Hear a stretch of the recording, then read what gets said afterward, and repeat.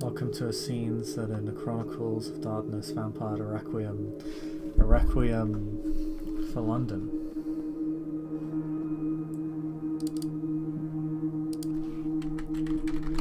Tonight takes place within the borough of Waltham Forest.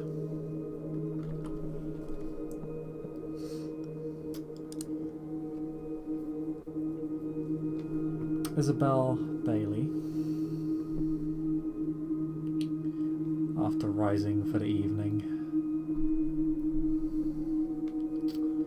and finding somewhere in which to feed likely the slowly rejuvenating Rex,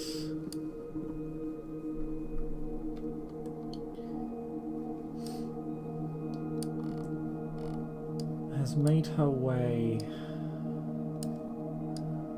to Waltham to meet up with Sadie, her colleague and partner, on the mission that she has been given by her superior, by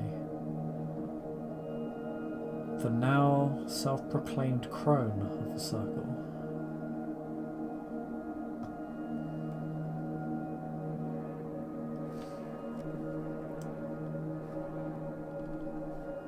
You are due to meet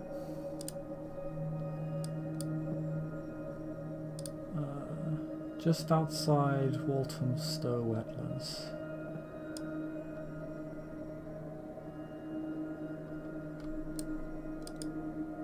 Around the reservoirs to the southwest of the borough.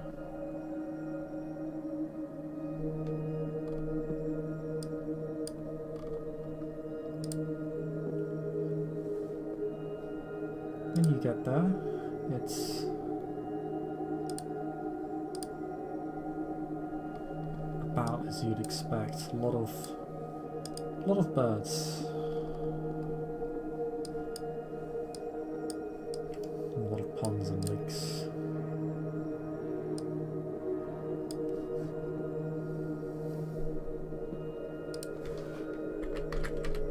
It's a calming sight.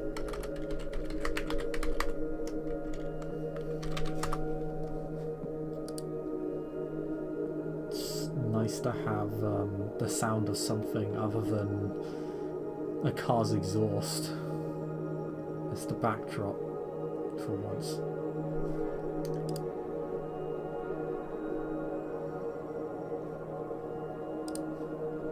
But what does Isobel do when she's there? Does she simply wait for Sadie, or? Yeah, she's gonna just kind of wait patiently. She's not gonna go poking around because she would find that rude. So.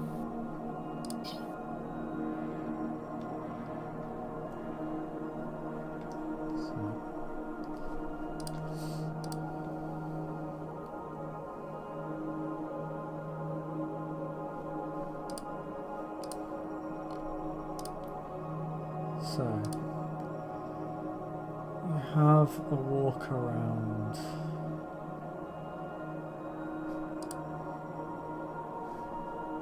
wetlands and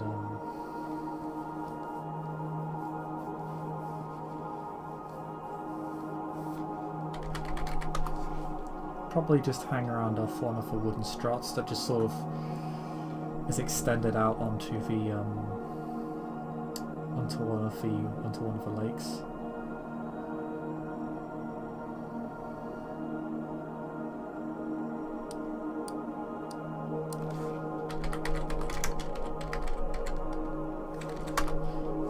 Eventually, you see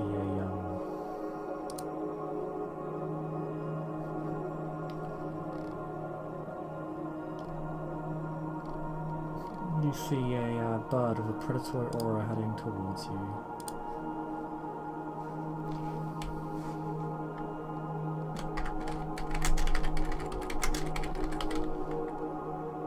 actually just going to show it to you in the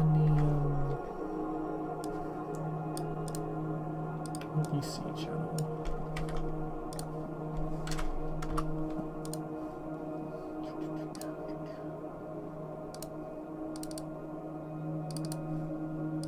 There you go. It's a Crone. And it lands right next to you.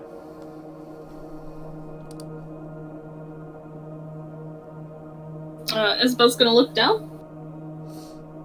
Kind of look away for a second, then look back down. And she's gonna go, Sadie?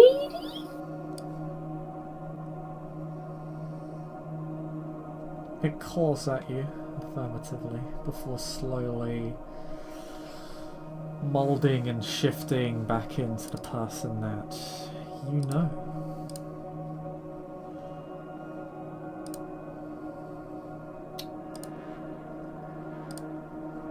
And it's actually quite an unpleasant sight. You hear the bones cracking and the muscle tearing and taking the place of skin as the body can't actually keep up.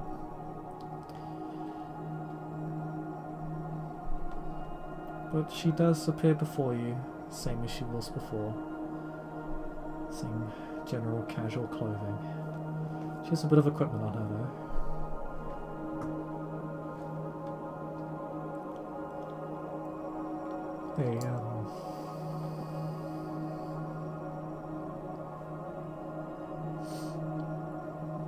Some deodorant and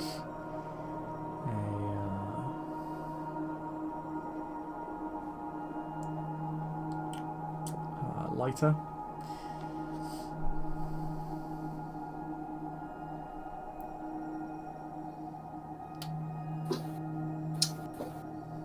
You plan on making a homemade flamethrower? I don't really know what we're going into, so I don't intend to use it. That would be that would go quite poorly for the both of us, I think. Just a little.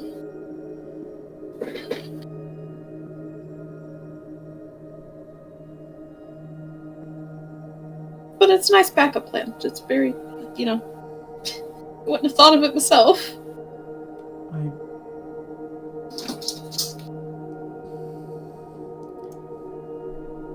I don't normally use tools much anymore.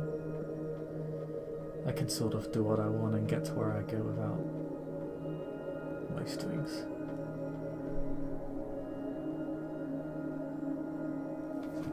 Yeah, that must be nice. Sometimes you need to drive people somewhere. I'm not that out of touch. I try to stay in the loop.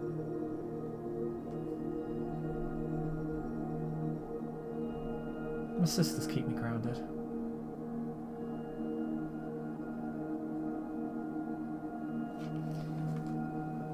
Siblings are good for that. Yeah. What did you bring?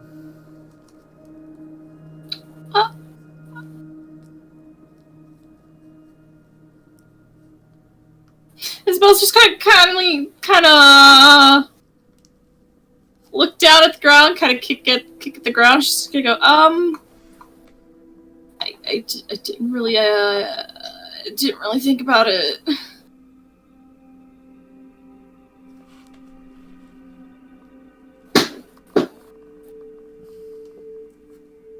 She looks at you.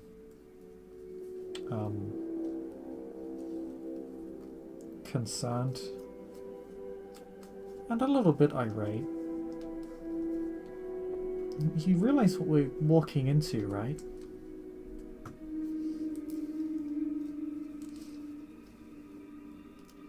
I mean, theoretically, I know.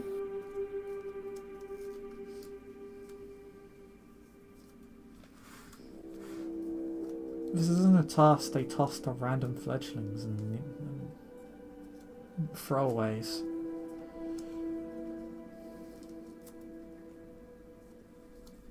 If we're not careful, we might not be walking back out of there. If it's as bad as I think, something else might end up walking out of there. In our place. I need you to be prepared.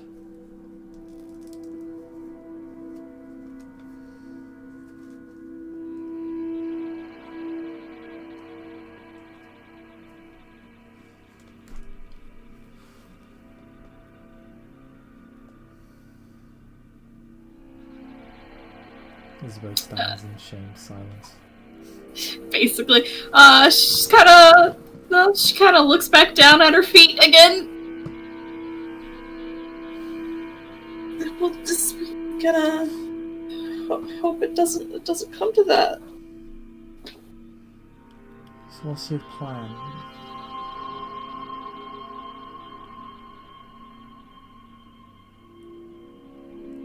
I was told the Habit, that's how you pronounce it, right? Know a lot about what we're hunting. Isobel nods. She's like, "Yeah, I've done all sorts of research on it."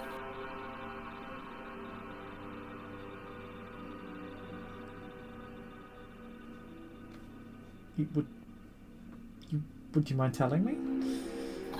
Yeah. You know, they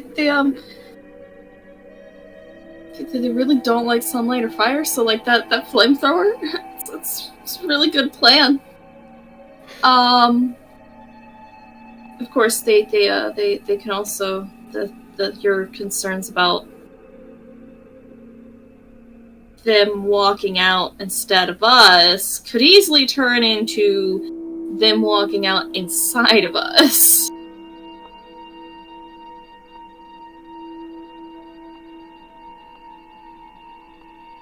She's gonna kind of stumble her way through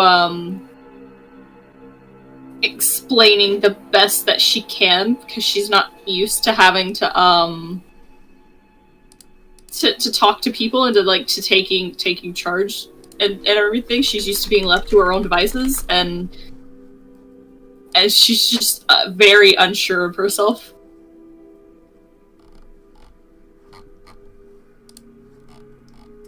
Reassuring.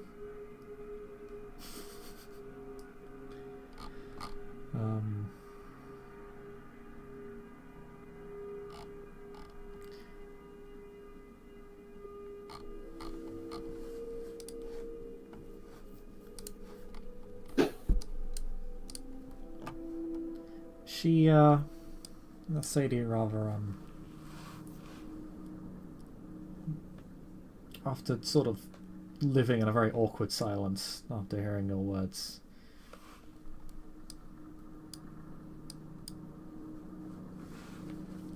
simply says, "So how do we stop that? How do we just stop it from taking one of us over?"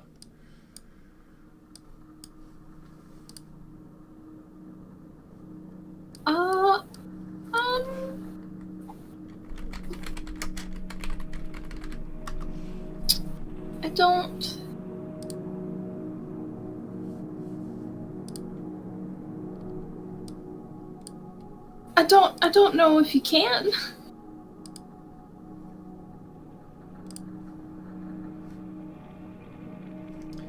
Isobel, you know you can. Yes, I know I can. I don't know if she can.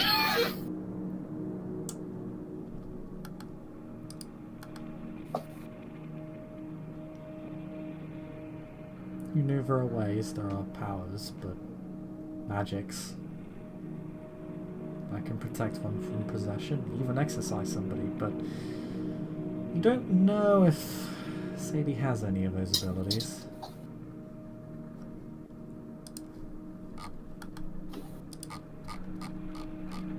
Just gonna have to be really, really careful.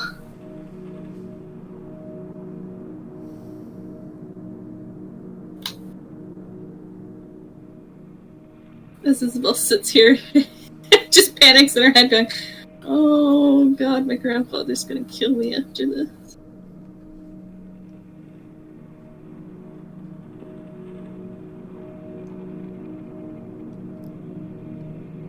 So,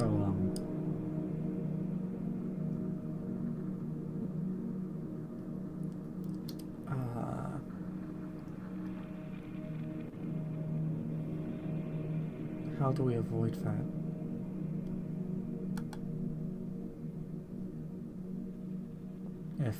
If we can't stop it, how do I just stay away from it?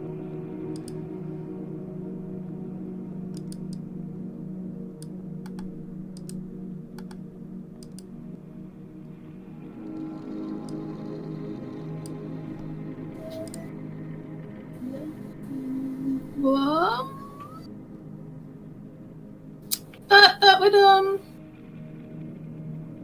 that would probably be best. Okay.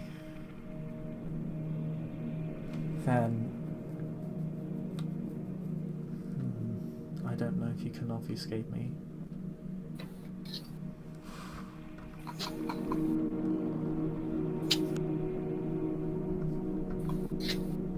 I can barely obfuscate myself. Okay, then I suppose we just stick together and look for the signs. I have some basic tools.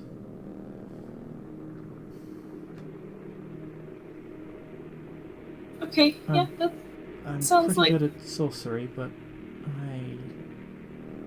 it's not really geared towards this. It's...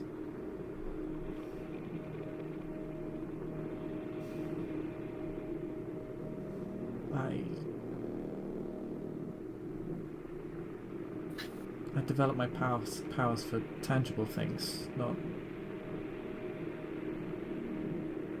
whatever it is we're moving up against. No, that's fair. I don't think a lot of people do. They don't think about it. Isobel, do you want to make me a quick intelligence check? Intelligence, to remember something. Just straight intelligence?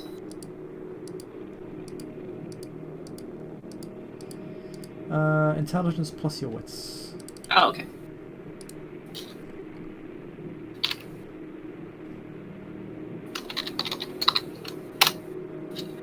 That is 5 successes.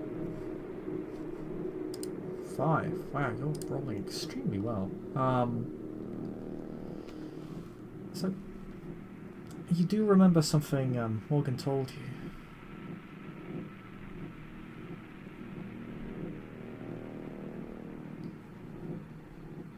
You remember that there are things that spirits like and things that spirits hate, and that it's the same for Strix. Now, you have a pretty strong inkling that she was referring to Bates, same as Kindred.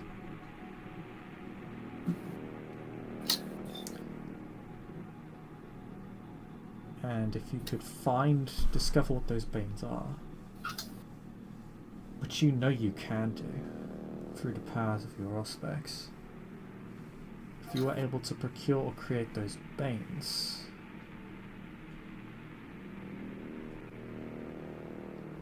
you could harm it, kill it, potentially even ward it. But you need to be able to see it first, which means at that point it would likely have seen you unless you were hiding. And you'll need to find it first. And you don't really know how to identify Strix if they're inside a body. Should be obvious enough if it's a walking corpse, but who's to say? Because you got an exceptional success.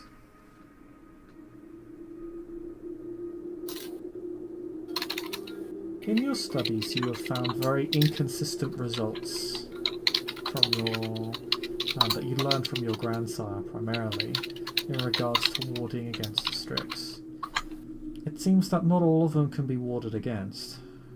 particularly the youngest, seem completely ambivalent to attempts to ward and imprison them.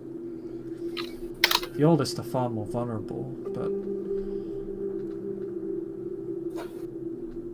it's never a sure thing. But Morgan told you as if she knew. It's one of the very few ways to capture a Strix alive.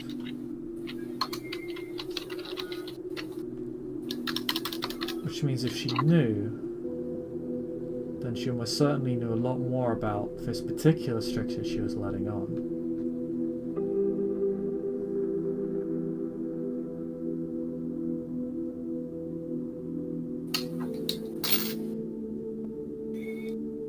You know she sent you here to test you. She said that quite straightforwardly. But you wager if she believed this was truly a threat, she would have perhaps sent someone more powerful or gone there herself.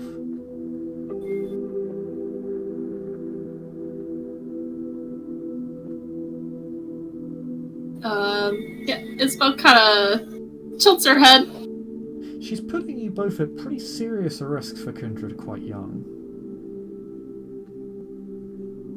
The Strix are not for neonates to traditionally deal with.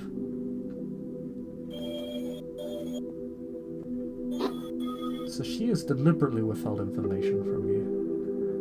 You know that. That's deductible. Well, you can deduce that rather.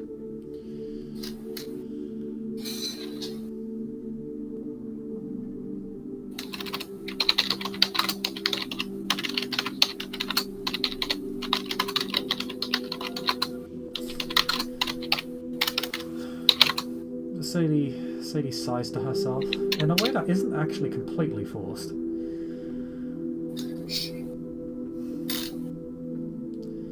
not sure how to handle this.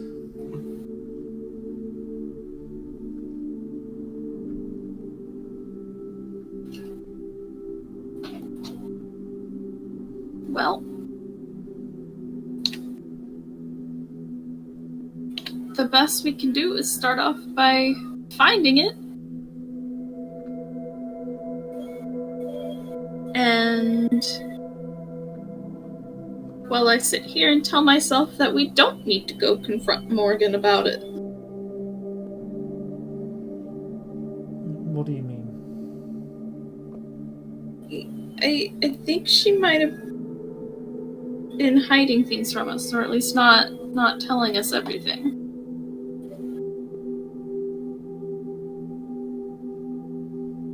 I'm sure there's a good reason for it. It is a test after all.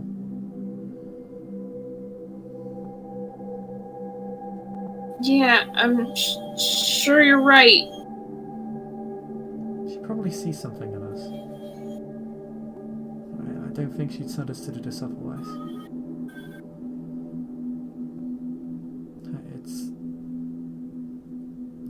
I know this is necessary for me to earn my place here.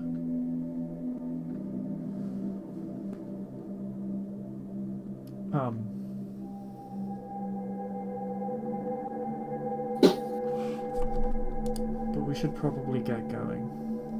We shouldn't wait too long. Yeah, that's probably best.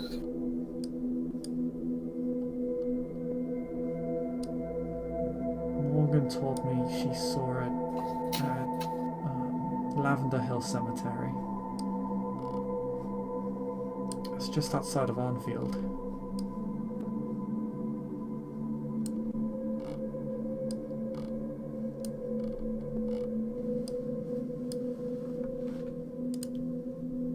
I hope you brought a car, because I flew here.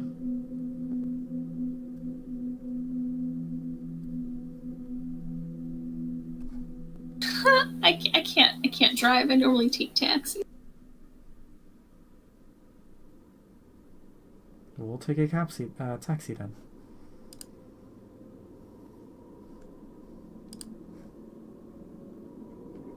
Taxi it is. Okay. So you get a taxi.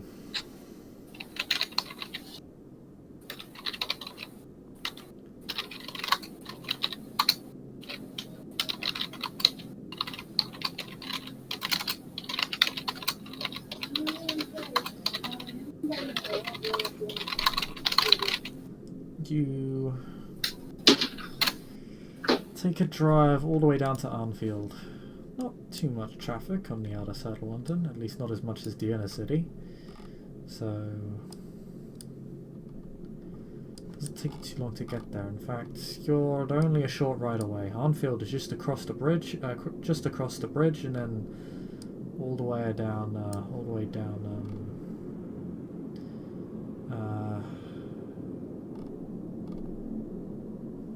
Southbury Road. So you're really not far away. From there, you can just walk from Arnfield to the cemetery. Again, it's not very far away. It's a few minutes.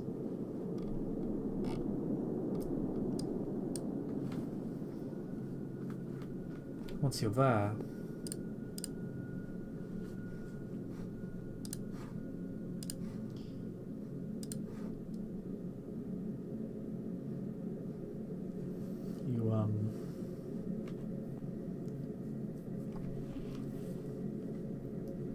get a...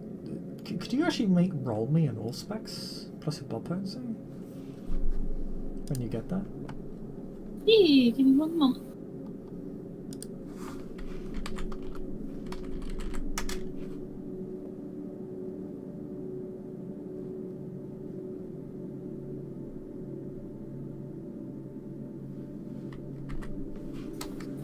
That is a decent expo, actually.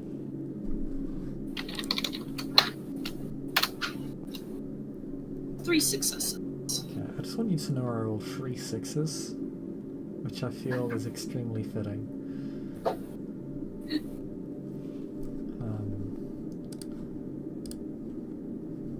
The cemetery is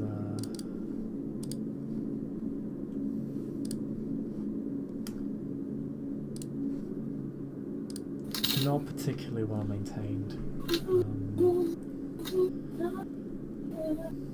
Grass is beginning to grow too long and overgrow some of the stones, some of the gravestones. Moss and ivy cling to the larger structures. Like a disease almost.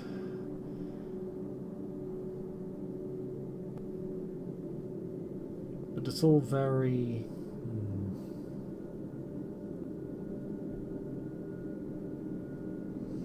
decayed, just small bits of stone flaking off the gravestone. The scenery in a perpetual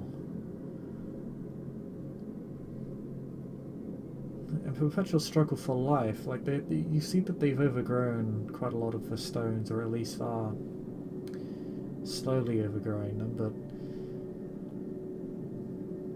much of the plant life is also brown and wilted and decayed. And the winter is exceptionally cold, sharp, and it's enough to even cause you a bit of chill. Or it would.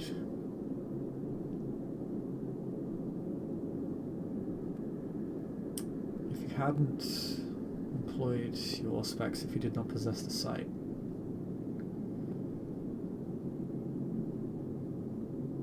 You feel that the cold wind itself is false. And while the decay here is real,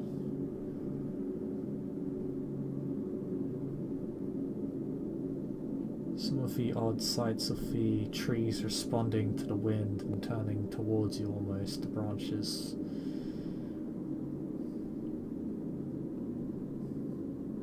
waving at you as you pass almost.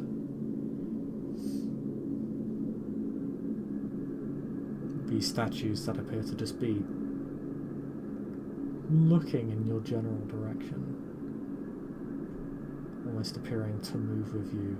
All of that is false. All of that is nothing more than an illusion. You see the bleak, oily ink that manifest these illusions recoil from your sight. So everything here is decay, but there's clearly supernatural activity, and this place is clearly being like it's had a curtain pulled over it to scare people, to ward them away.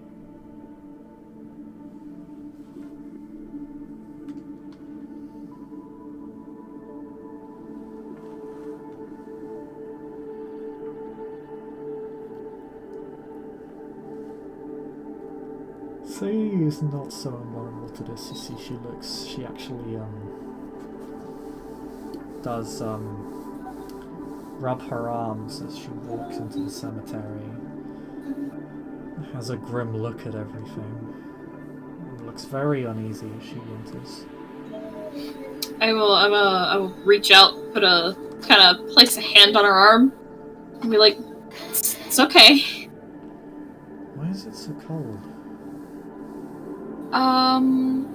Believe we're being fucked with.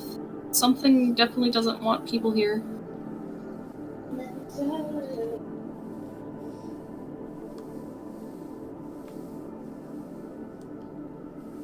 Okay, stay by me. Well, I did not plan on doing anything else. She manifests massive talons from her arms. In fact, they become huge claws. It's her, like, it's not just her nails that extend, it's like her entire hand up to the upper part of the wrist just transform into these huge talons that are longer than your head. They could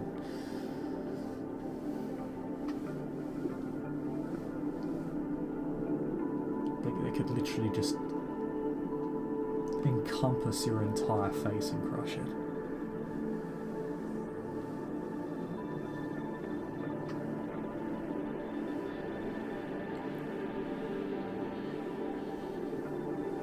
You know how to use those, right? And not, like, take my head off, right? I wouldn't have them if I didn't know how to use them. Just checking.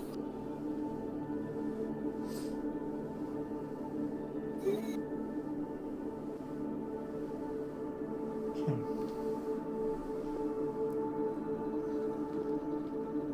Let's go.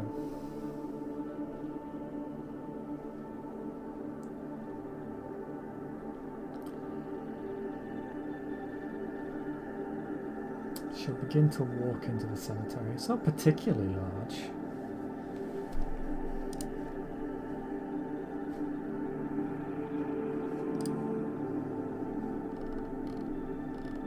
You could probably encircle the entire place in a few minutes. It's not that big.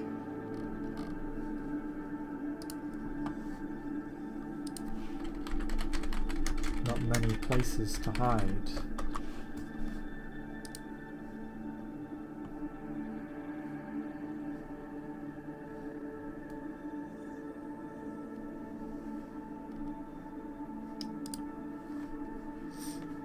There is a chapel, though, towards the middle. It exists along the roadway, the pathway that runs through the cemetery. Isabel's gonna start heading towards that, towards the chapel in particular. Okay.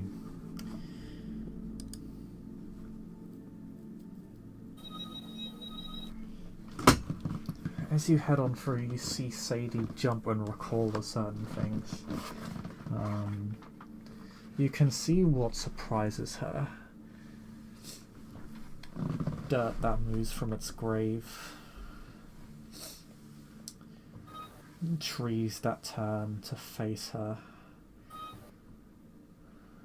unfamiliar eyes and faces to you.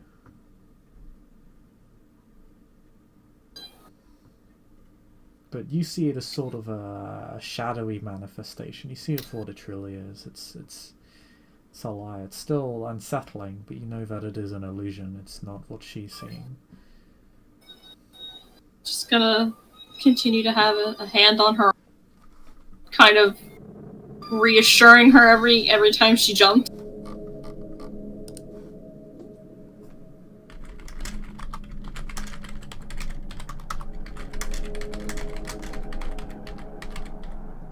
I'm fine, I'm fine. It's just...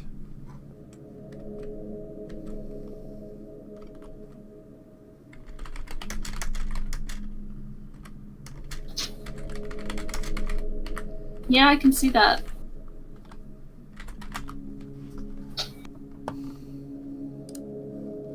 Yeah, I know you can literally see it, you're in a cat.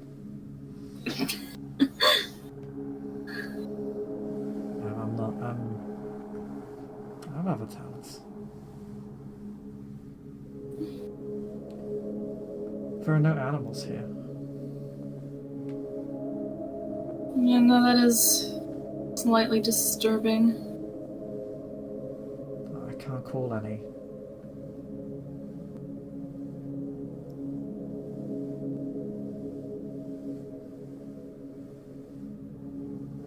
Yeah, something really doesn't want things here. Living things, anyway. Or unliving.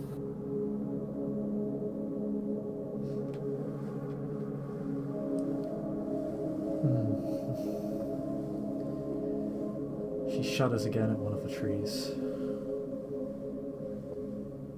It's strange. Do you want to make me a wits empathy check? Let's...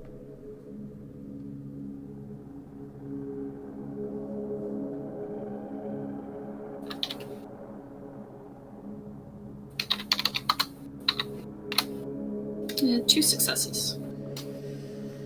Okay.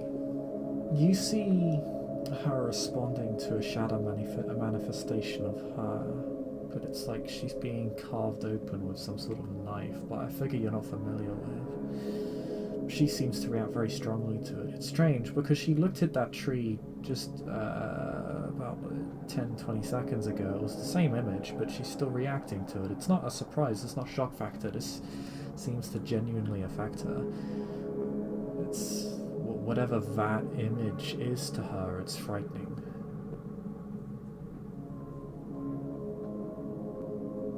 Sadie? It's nothing.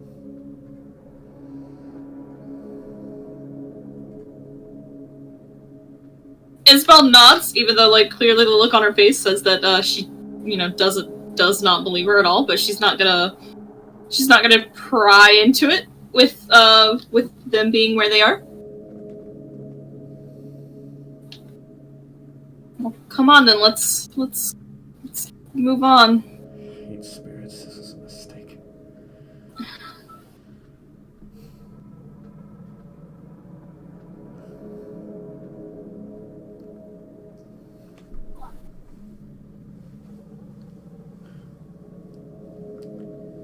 She begins to wander with you, looking for things, but you don't see much sign of activity outside of these illusions. Do you want to make me a wits plus occult roll?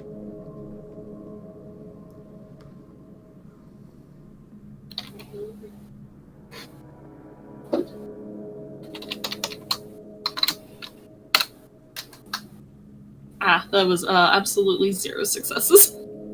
Okay. And you see that there are these inky, shadowy illusions appear to also cling to the chapel. In fact, that's where the largest and strongest of the illusions are located, changing the shapes of the windows and the imagery, the look of the brick. It looks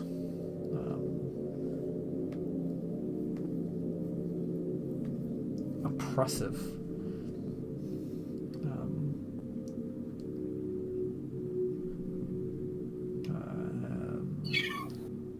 And ominous. While you see it as it truly is, you can also see the illusion, and it looks as if it were of pure obsidian, much larger and taller than it actually is. It looks much more ominous in the dark, it seems.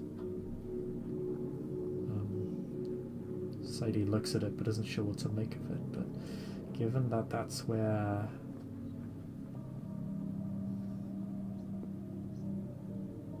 the strongest and plurality of the illusions are, perhaps that's where you should be looking.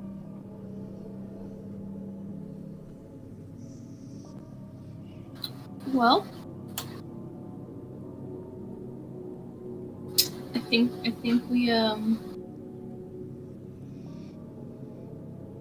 think we know where it is.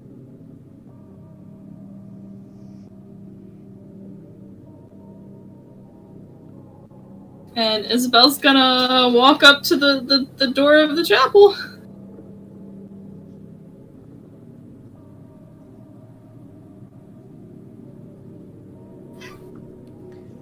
Okay.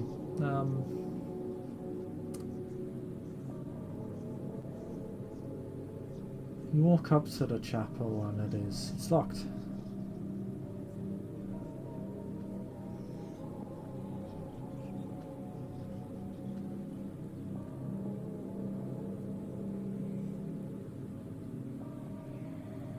I'm gonna attempt to.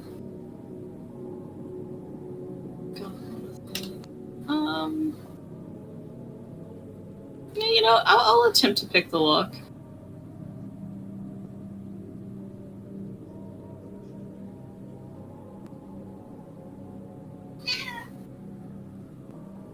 Alright. You have a lockpick.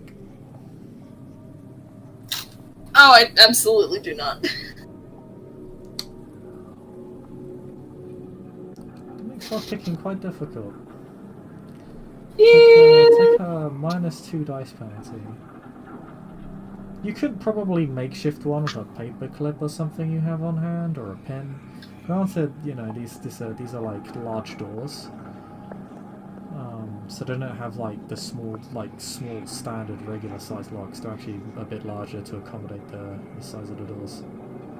Yeah.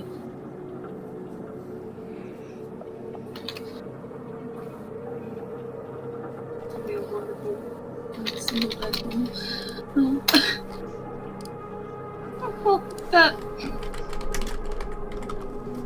a single success anyway.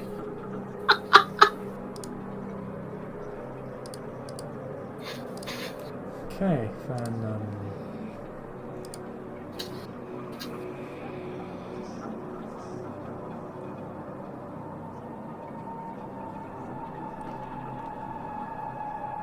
you manage to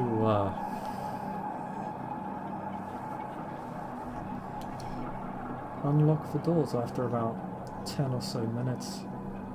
Sadie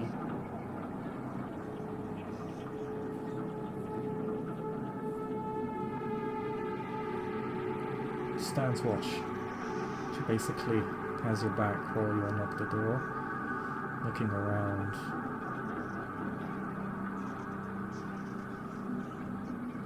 About 5 minutes in, she topples back into the door, seeing something that shook her, but maintains her voice. You still good, Sadie?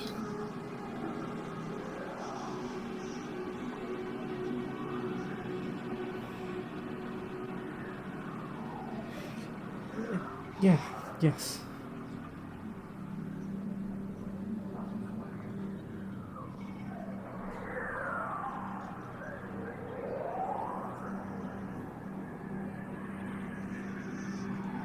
She doesn't say anything else. Okay, I got the door open. And then she's gonna slowly push the door open. Okay. The door seconds, and you see a shadowy curtain before you, but you see straight through as it is just an illusion. You see Sadie attempt to just violently swipe at it with her talons, just growing increasingly impatient and uneasy. Hey, easy. It's okay. It's fine. It's all it's in your head. It's okay.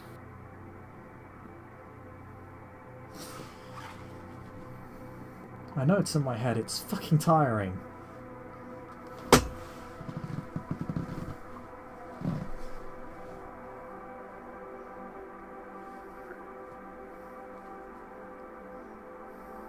Cowards.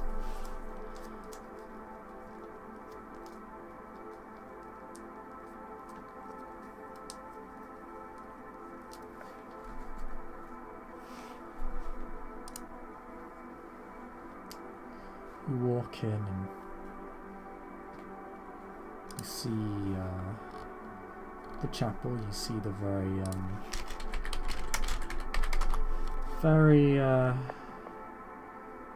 very modest altar at its end. It's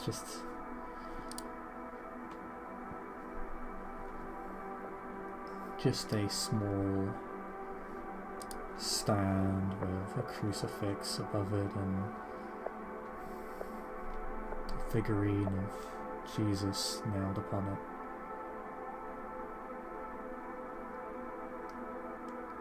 A couple of candles placed upon the altar, although they've long since gone out.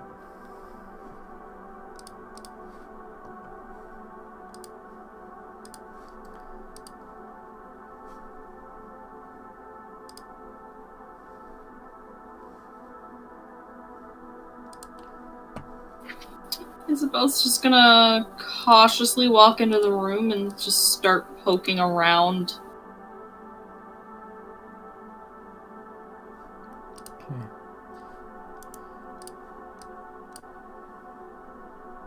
Roll me investigation. Yeah, wits plus investigation.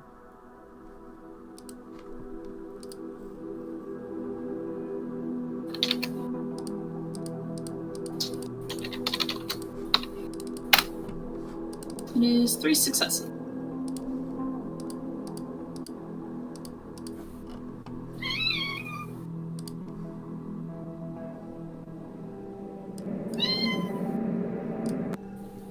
Okay,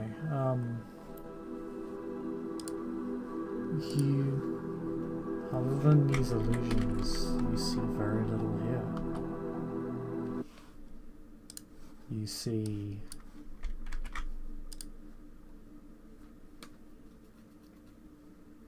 nothing.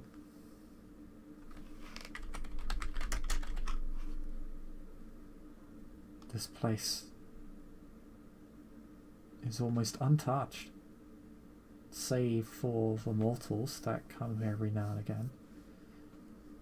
No sign of a Strix outside of the illusions.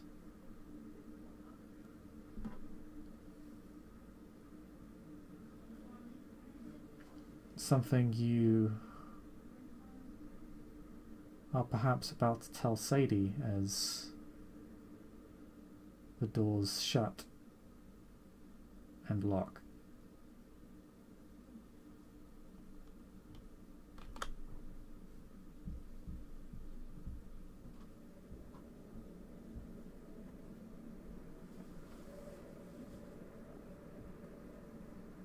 Nothing closed them.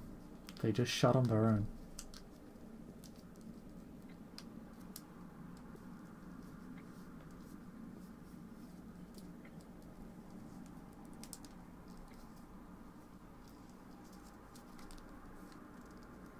Isabel's gonna jump,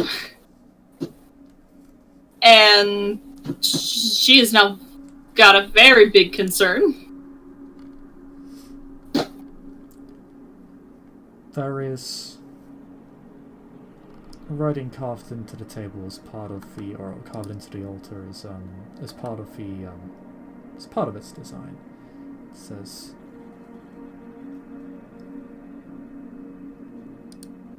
"In remembrance," in reference to,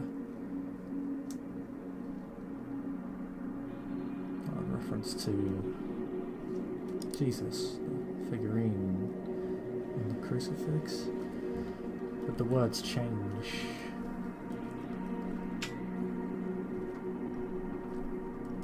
And they now simply say, well, read as both to you and to Sadie, "Welcome to my house."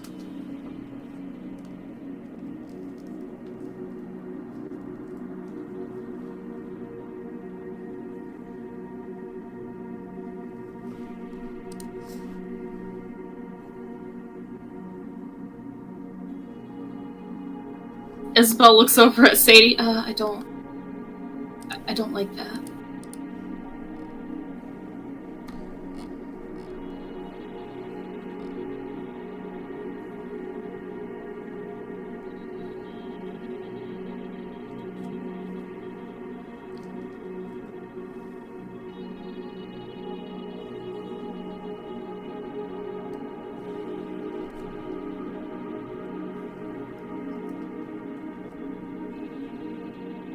Sadie.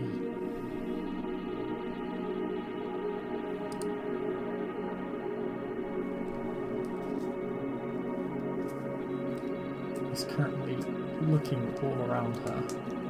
She doesn't actually hear you. You can hear the illusory sounds assailing her and the visions, the imagery.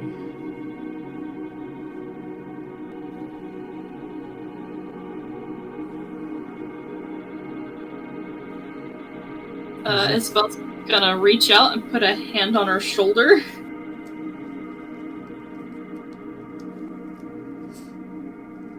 She squeals as she jumps away from you, and you see where you touched her.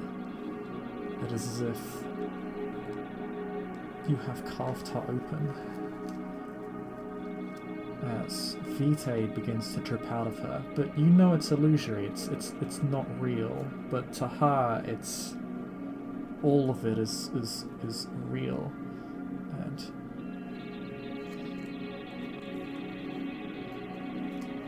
she attempts to claw the doors open before slowly curling up into a ball, begging to be let out.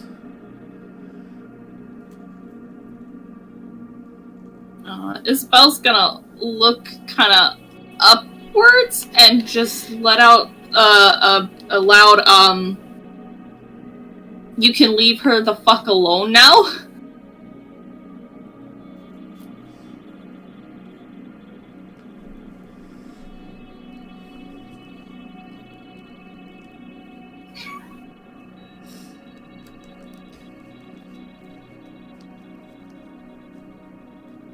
You see the illusory shadows manifest beneath your feet.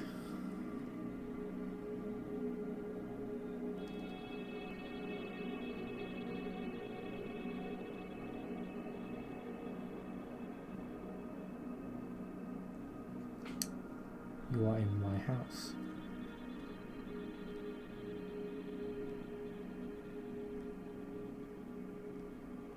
Yes.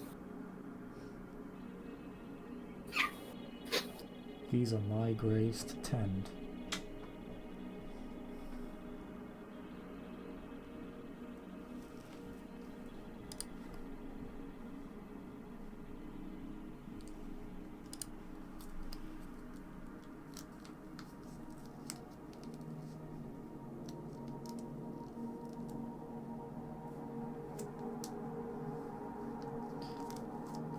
Sadie begins seizing up. It's literally at this point as if she's reacting to being carved open, but also as if she's been strapped down.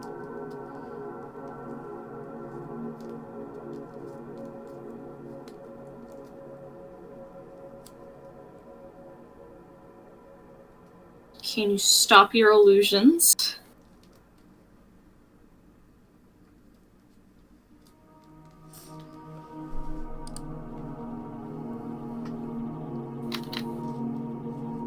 A shadowy figure manifests before you. It's again another illusion, but there is more sentience to this one. More animation.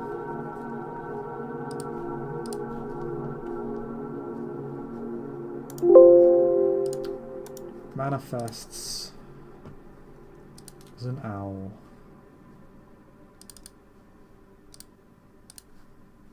With yellow eyes.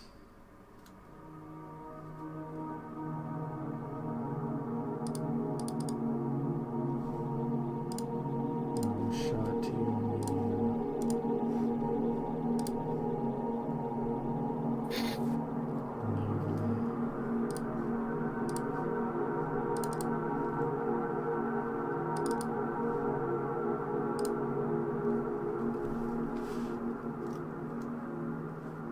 simply perches itself on one of the pews.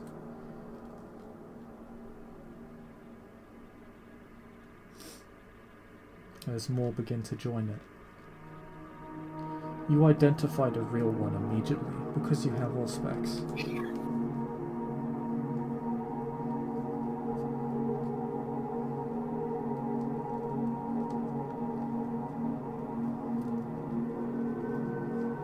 But they all stare at you.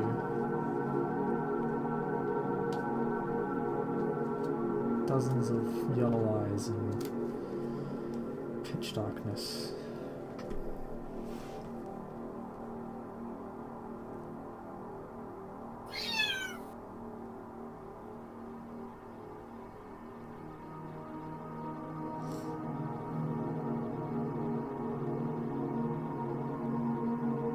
If there was one thing I learned from my progenitor, it was the... It always sneers at you.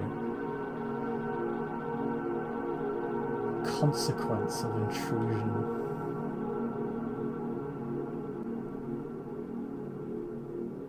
I would have thought such territorial creatures as you would have recognized.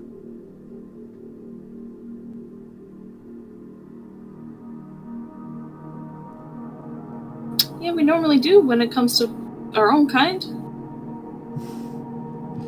I am you. I am kindred.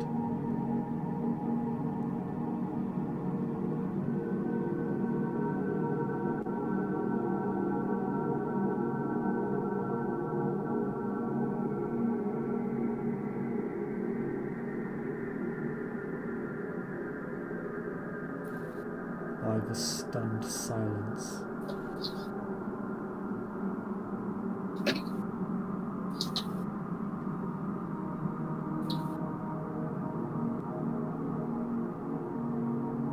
We are just the superior predator.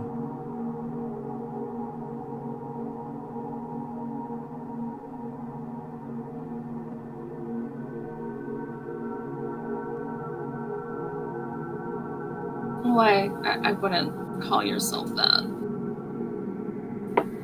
Why not? Well, I don't have to possess people.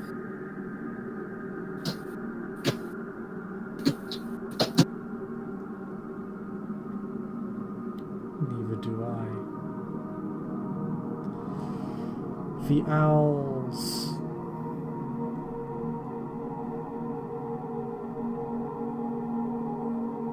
make their way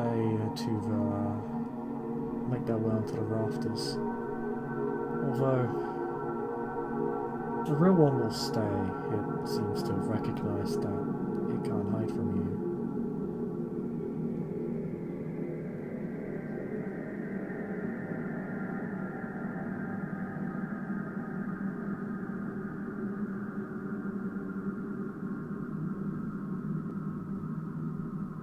Isabel's gonna walk as calmly as she can over to where Sadie is on the ground.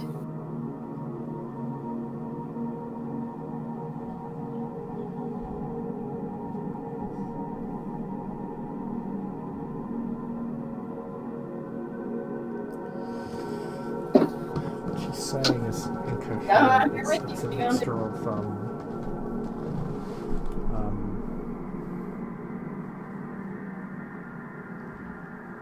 screaming and panicked pleading.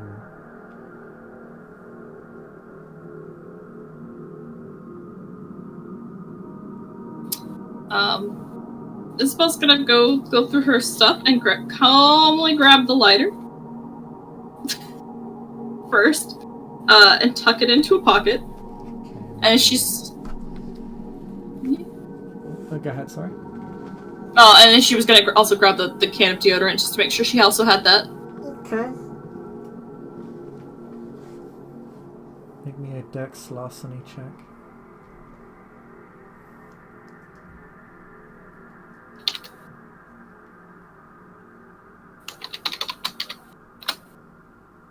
One success.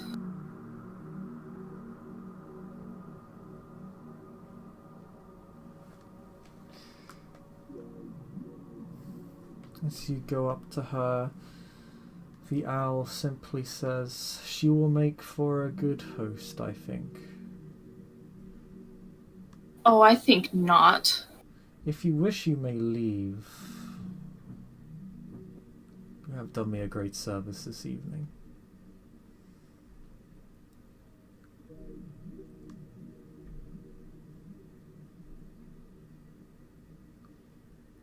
The door's actually open for you.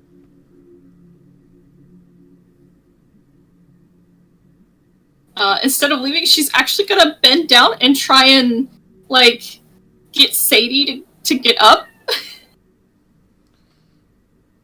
She doesn't even seem to see you.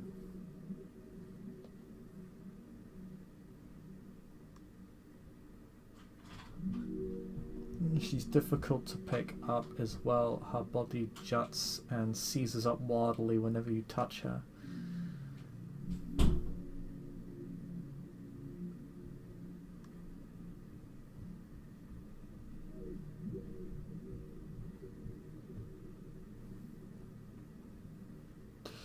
So fragile.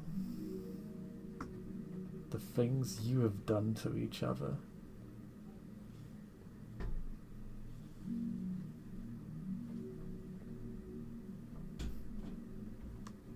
What?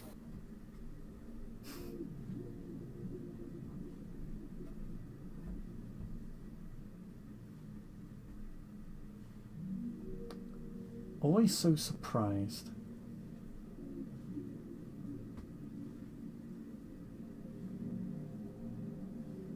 I'm merely showing her that what you've done to her. I'm not the guilty party here. Although even if I was, I must admit I doubt I would care. No, you're just messing with her mind.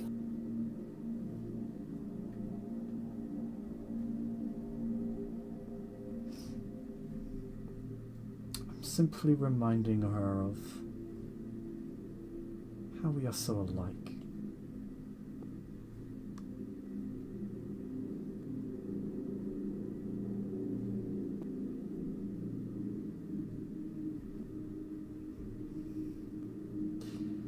It is a shame I could not have I could not meet her former captor. Perhaps we would have made a good team.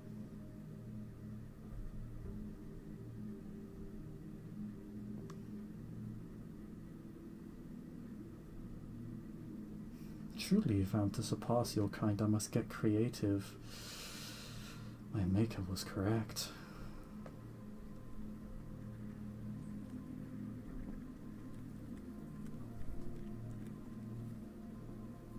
Isabel's just kind of standing there now, kind of with a more than a slightly confused look on her face, as she's looking between the Strix and Sadie.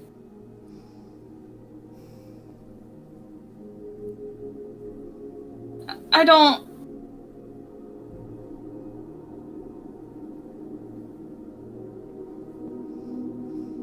But she will do well, I think. It would do me some good to have a kindred to research upon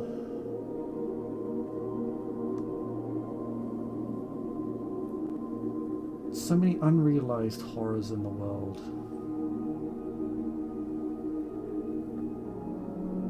Yeah, and you're one of them. No, I am but a simple black dot in a much greater canvas.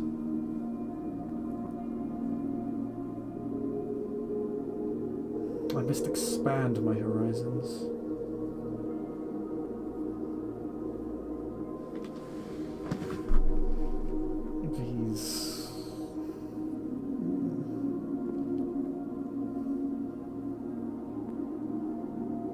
This place that is so dry.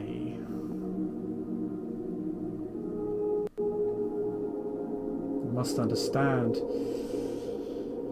At first I came here wishing to discover more of our mortals' little conditions.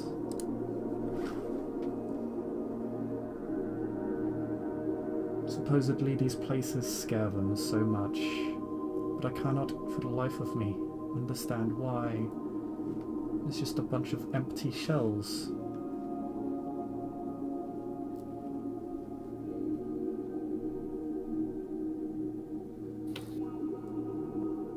There's nothing here to be afraid of. In my experience, mortals are just more afraid of what they can't understand. I had not considered that. So it is not a fear of death or dying, but it is not knowing death. I wonder how they would react to the truth. From what I can see within this place, humanity seems to believe in some sort of afterlife. Some do and some don't. Do you?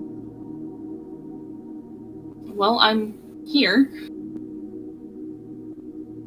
And I am what I am.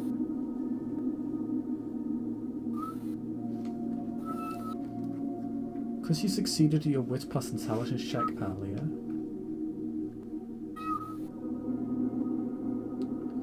You remember what Morgan told you, or suggested to you, that you could use your powers to discover its bane if it has any.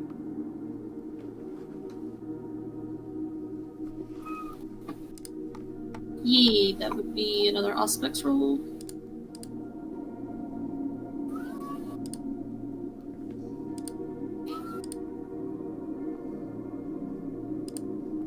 While you do that though, simply ask again, but do you believe in an afterlife? Do you know that there is an afterlife?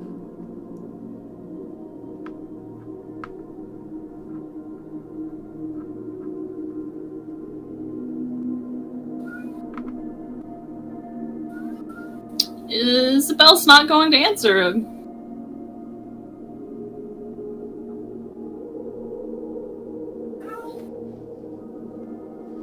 It's rare for one of your kind not to bite.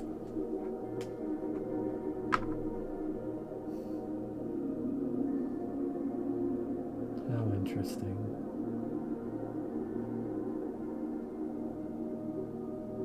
I've not met a kindred like you before. The doors that were open to you now begin to shut. I'm now quite interested.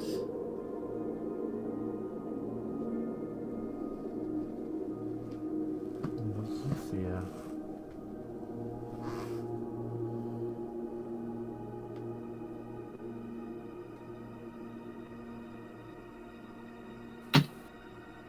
Isabel's gonna give a slightly nervous chuckle. She's go, well, why don't you tell me what you fear first, and then maybe we can trade. Nothing.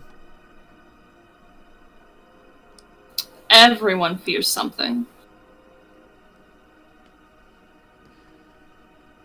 We cannot fear.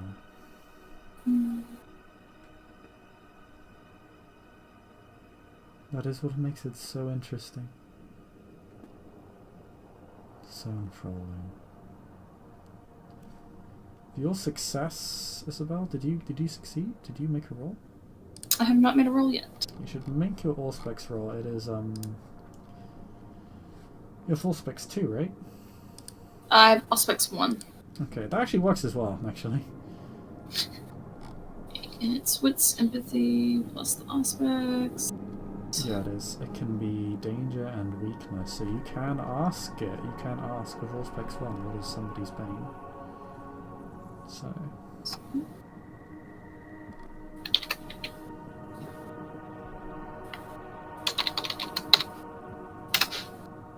It is 3 successes. And you can ask.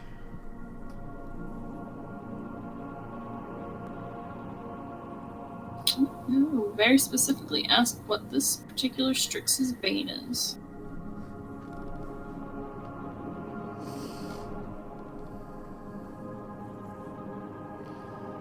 Okay.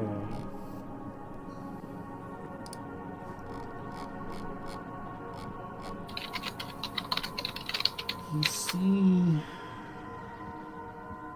through the third eye of your beast as you focus upon this impenetrable shadow that stands before you.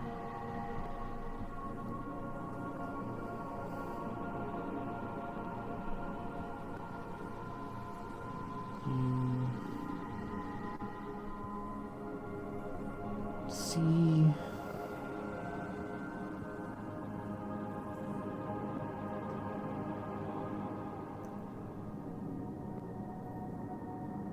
the dinging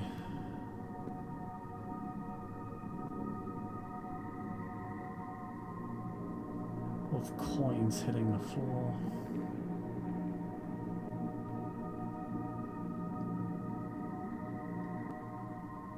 Surrounding it,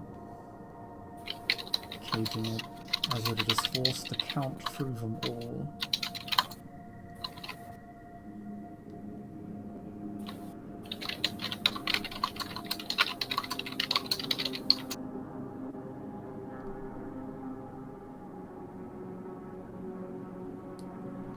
And you hear something else. You hear the pouring of salt.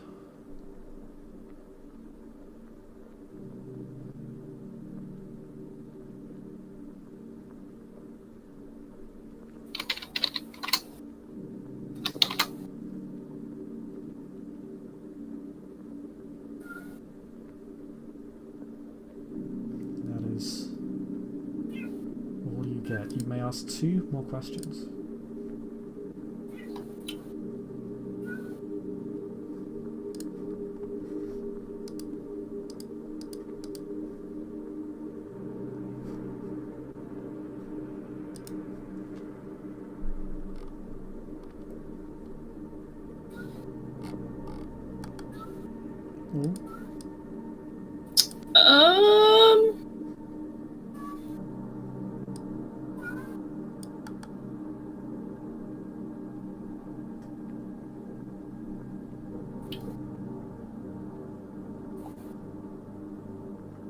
Yeah, I didn't think that far ahead. I don't think I've got any other questions.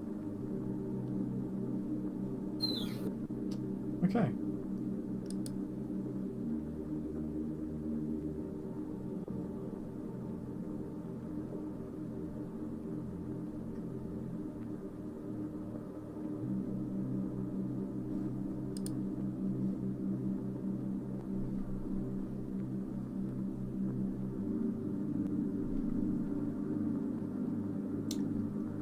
Is what you get is your vision re-enters as you sort of you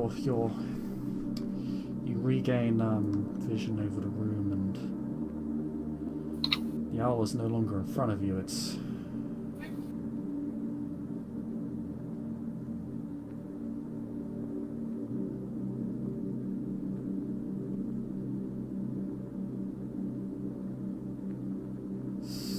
standing before Sadie.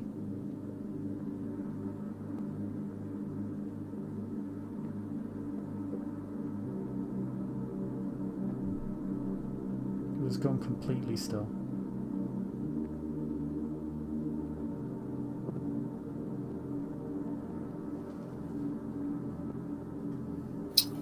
Isabel is going to reach into her pocket because I do at least have resources once, so I've at least got something on me, I'm sure.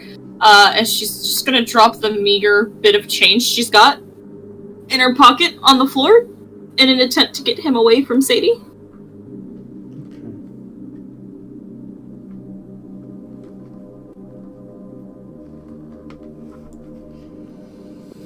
As you begin to drop the coinage, you see it begin to breathe, and red mist begins to leave her mouth and enter the owls.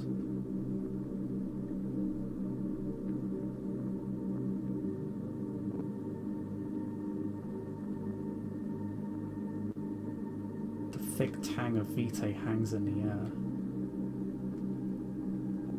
You think it's draining her.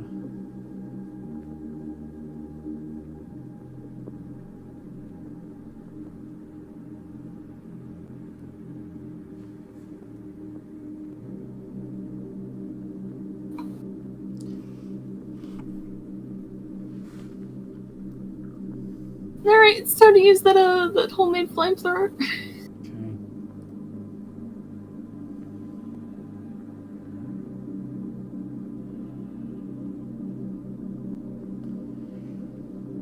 Make me a dex weaponry roll. Oof.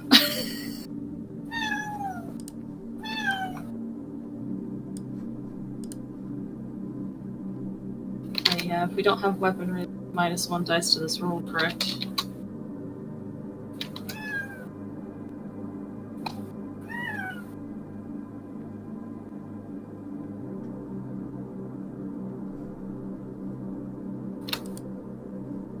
That's a single success.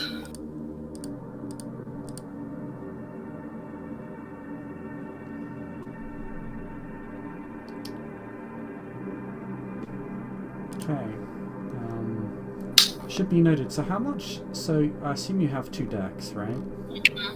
Okay, so you're not working with a chance die. That is good. Because if you're working with a chance die, you'd have only gotten a success on a 10.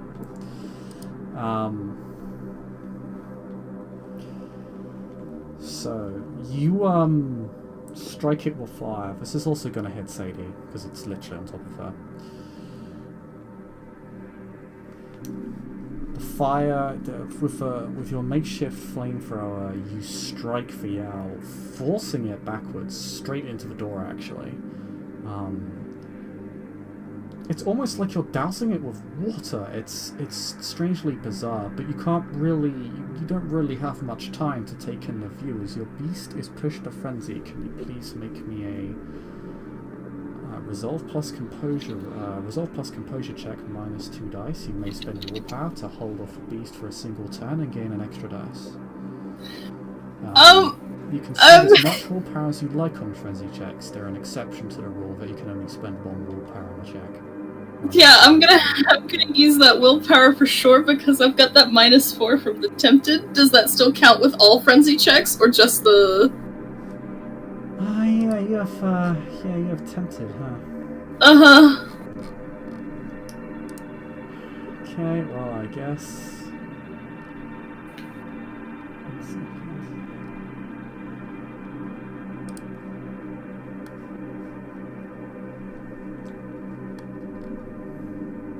You have tempted -2, not -4. Oh, okay. So it's a total of -4 dice. Yeah.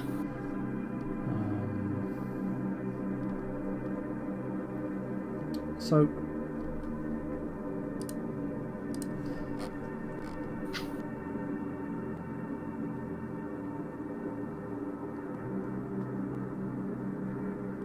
I will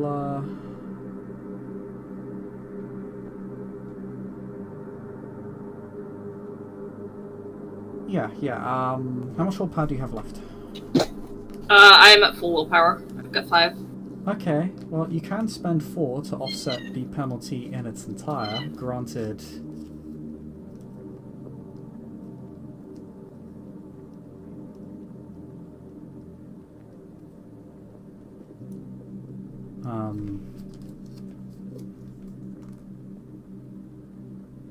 Granted, that's for all power points.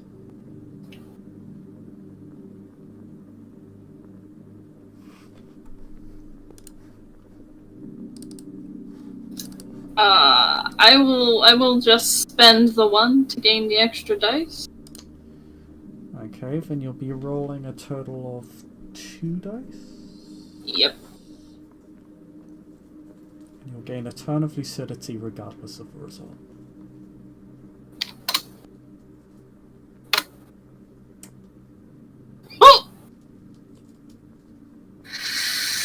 Oh no, that was 0 successes.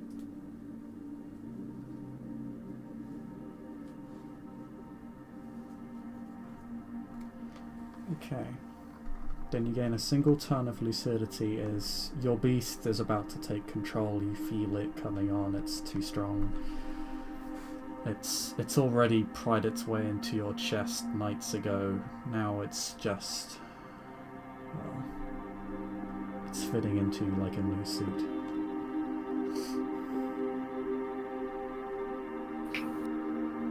Oof.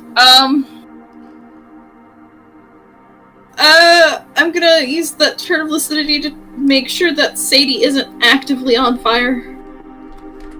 No, but you do burn her. In the last moments of true sapience that you have, you see her shunted out of her horrific reverie.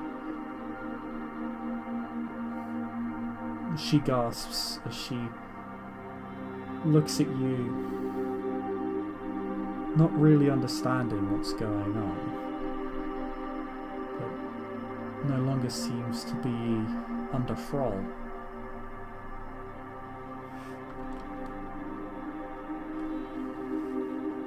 And you see her beast briefly come to the surface as you enter frenzy.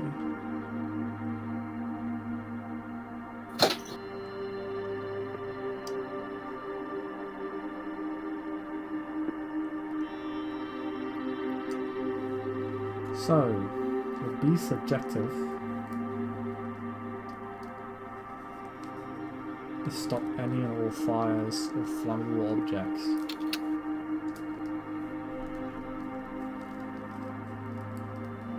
And escape. Okay. So the first thing your beast does is just destroy the lighter and the deodorant can. It just crushes them. It just tosses them to one side.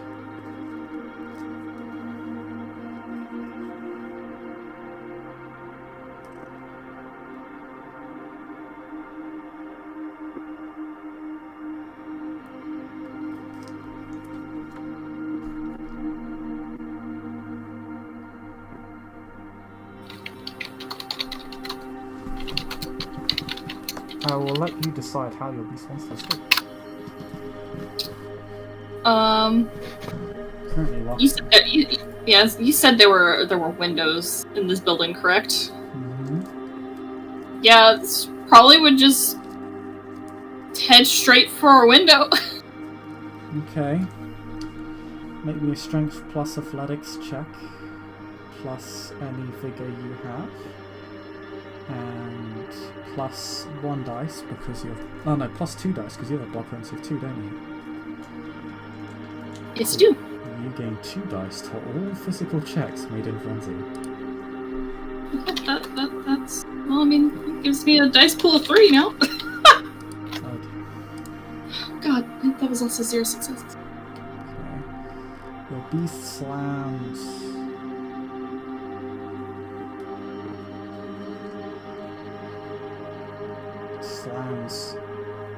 into the wall, attempting to climb up to the window, but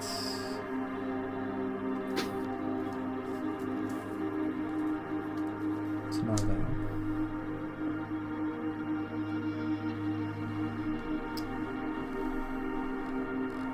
I'd like to take 2 more actions, then things will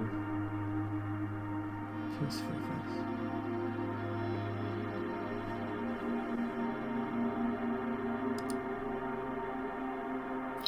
Okay, the doors were closed.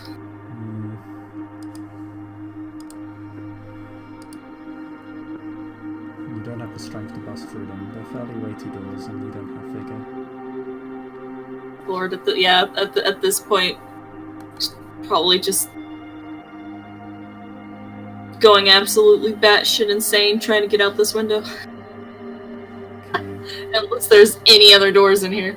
No, unfortunately not. So your beast sort of just crawls, like just sort of scratches at the walls.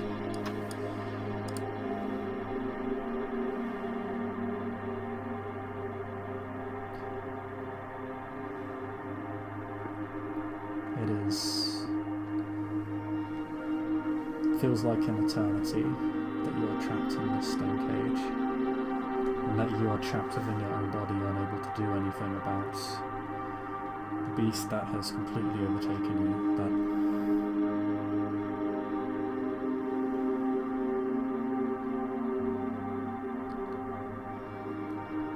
you're only shunted out of frenzy.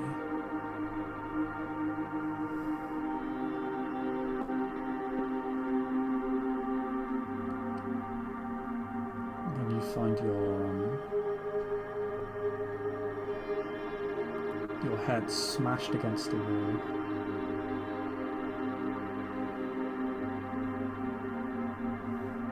By Sadie.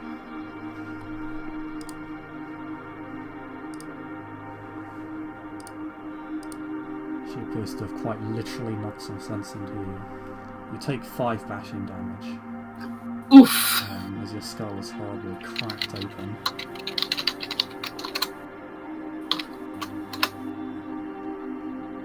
But with no flames left to fear, and Sadie quite literally putting the beast into the ground, you find yourself dazed but coming back into sentience.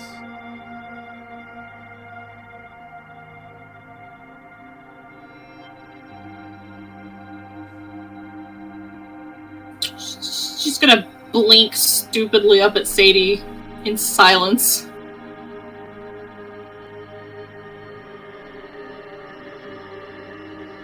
Her eyes look very tired and are reddened as if she has been crying.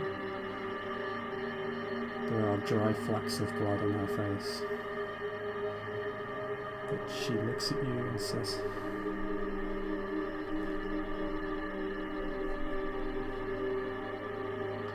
Isobel, are you okay? Are you okay? Are you? Please tell me you're okay, I can't do this alone. She's gonna blink a couple more times. Are you okay?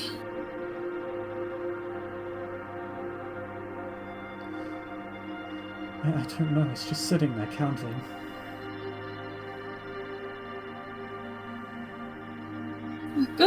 Good. Counting's good.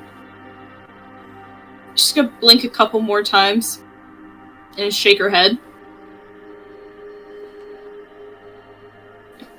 That's its bane. Coins and salt. Isobel, take a moment to look at it and it's almost done. We gotta either go or throw more change on the floor.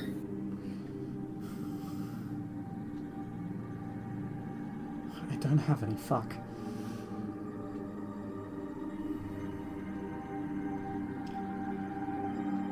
Isobel, you see flames, you see as if you're encircled by a ring of fire, but you don't feel anything, it's just more shadows, more illusions. It looks like it tried to manipulate you while you were in frenzy, but it failed. Your eyes are just cut for its illusions, like as if they're not even there. They're not.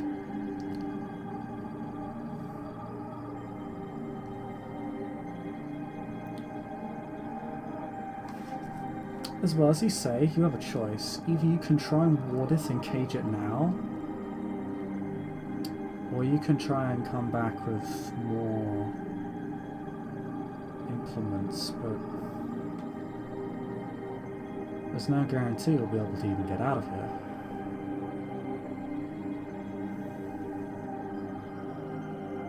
Yeah, I'll go ahead and try and ward and cage it now. Do you tell Sadie that? Yeah. As it begins to count through the last of the coins, and you get this sense of foreboding from it, like it is almost done, like it's almost ready, like it can just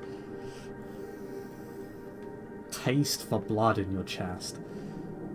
It is waiting to take its shot at you.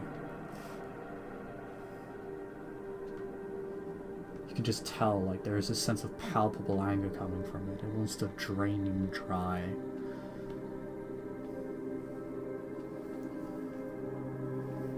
But when you tell Sadie the words ward, her eyes light up as if this is something she knows how to do.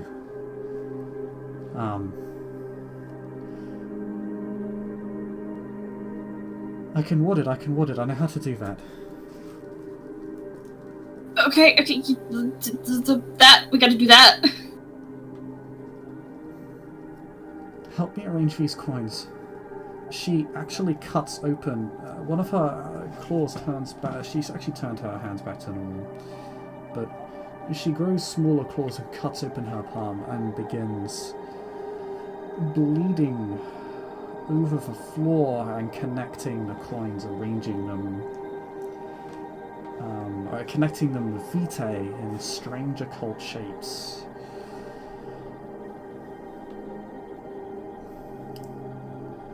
They appear to be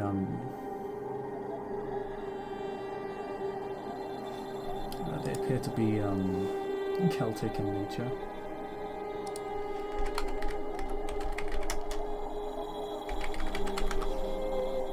And she appears to be creating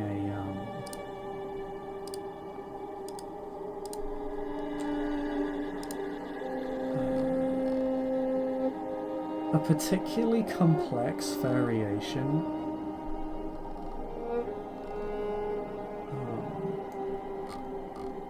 of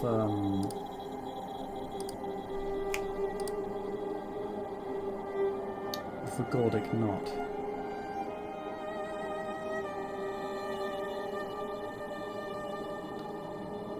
Which is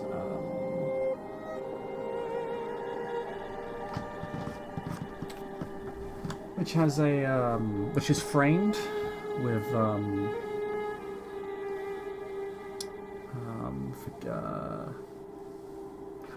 language which you don't immediately recognize. Do you want to make me... One second, I'm actually going to look this up.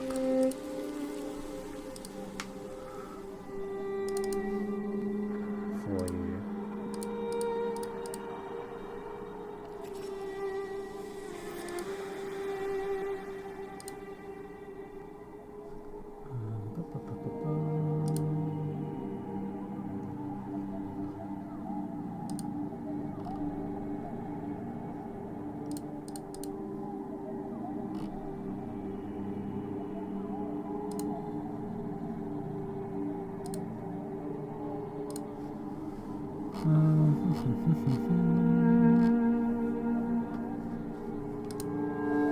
So this is taking a little bit. Where is it?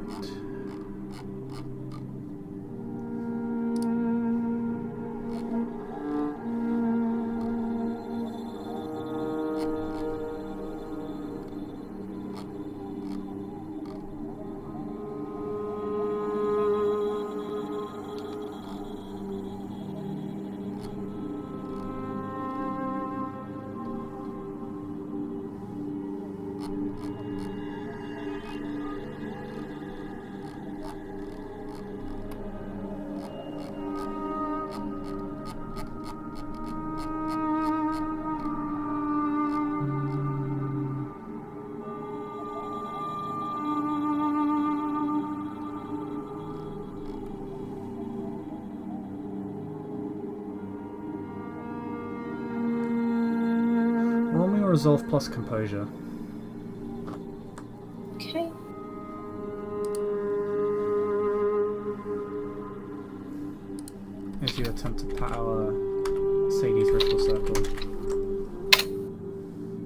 single success.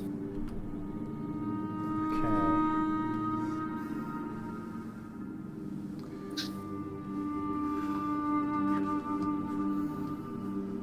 So...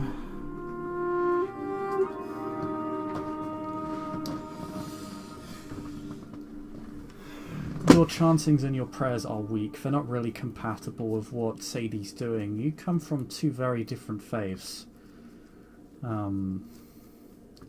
What works for one of you doesn't really work for the other, but for whatever reason, the circle does seem to take of your offering. The Strix cannot immediately leave the circle. Sadie goes about her abjuration slightly differently.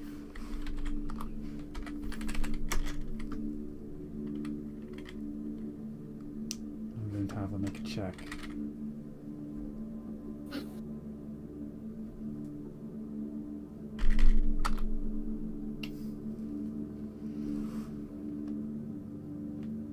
Okay.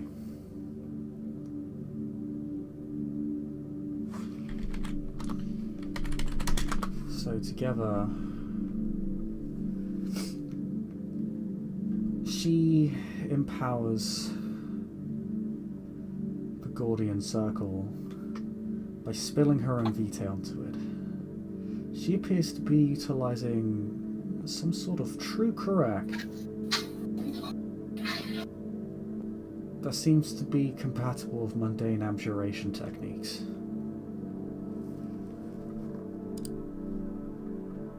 She spills her vitae, a lot of it, to be precise.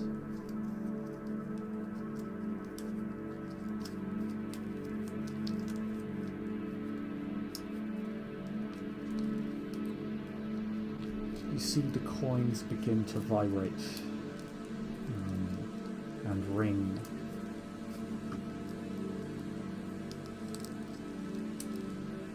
As the knot begins to unravel and begins to form a web around the Strix.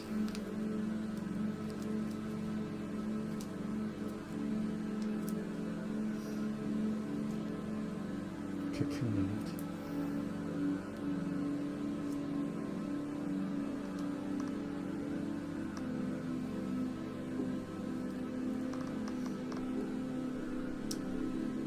And as if it is pinned down.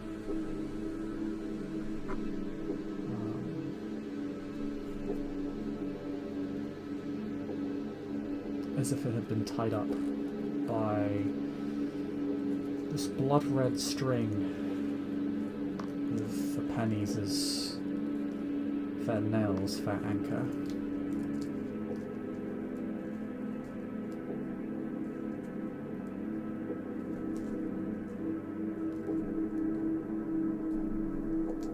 As the hours can only stew in its furious impotence, raging in a way you haven't seen it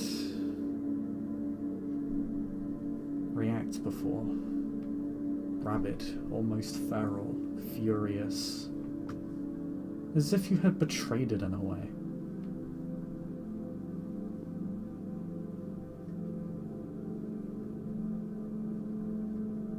But the knot ties it into silence, and you can only hear this muffled, impotent screaming.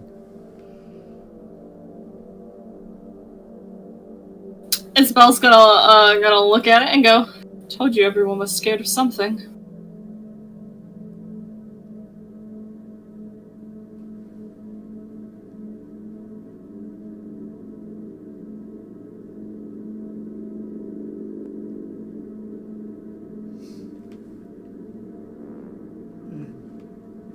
Sadie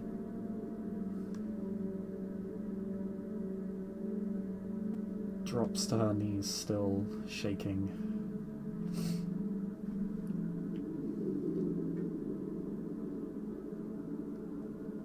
You see her look at the vitae.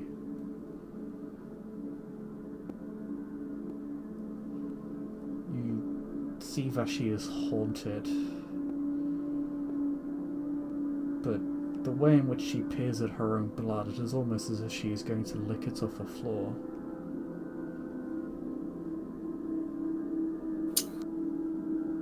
Isabel's gonna go sit next to her. She's gonna, don't do that. That's gross. You know that if she actually were to begin extracting her own vitae from the circle, it would actually break for Ward. Oh, Isabel's gonna offer her a wrist. No, I can't. Well, it's better than you potentially breaking the ward. So it's either this or we go now and find you somewhere to hunt.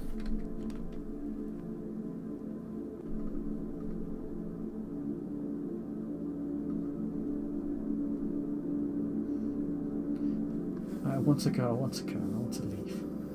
Okay. Let's leave.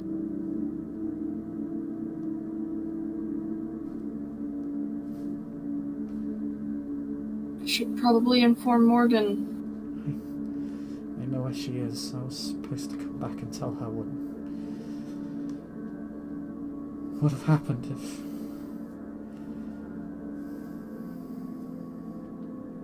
if... If what?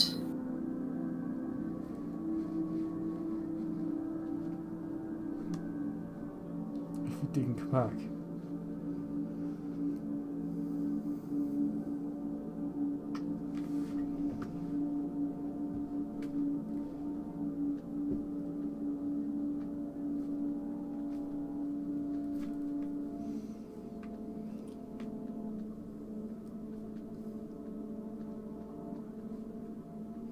Now and again, her arms twitch, not quite enough to be violently, but enough to be noticeable. You see her rubbing her arms, running along the illusions where you saw she got carved up. Now that you've had time to think back on it, it was very ceremonial.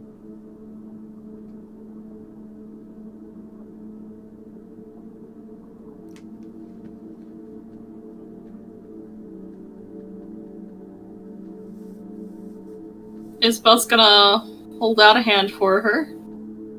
Let's get going. Though now there is a bit of extreme confusion and mixed with curiosity now in her eyes.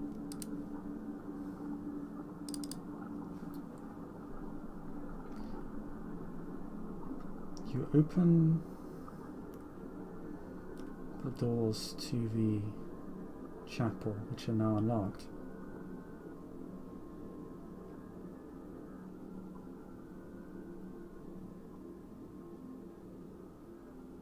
And you begin to make your way out of the cemetery.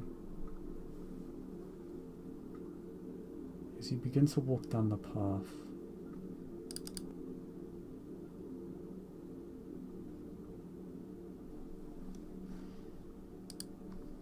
you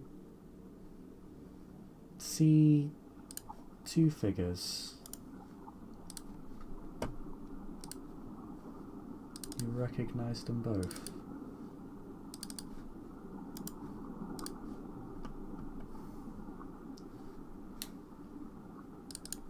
Let me give you the image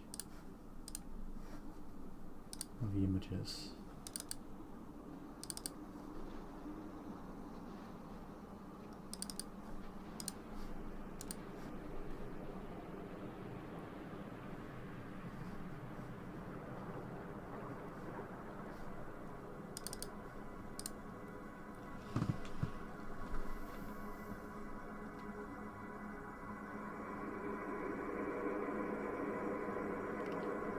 Morgan and Constantine stand on a patch of grass by one of the more well-maintained gravestones.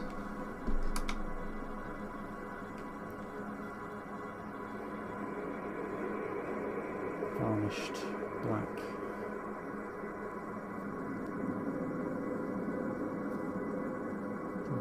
gold-looking engraving. It appears they are waiting for you.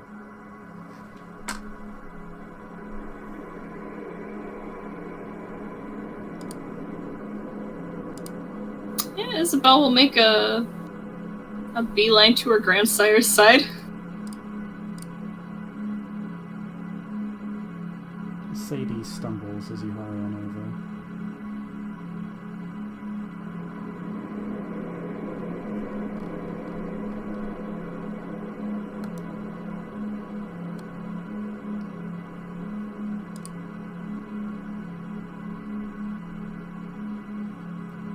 You did well.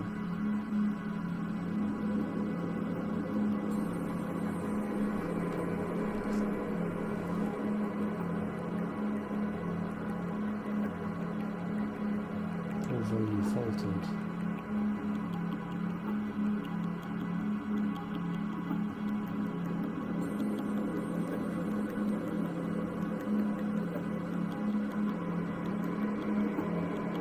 Yeah, but Sadie was there, so...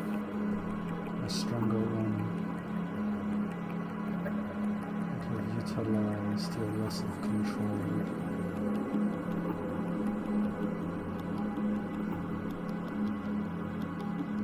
To bring you down and then kindly.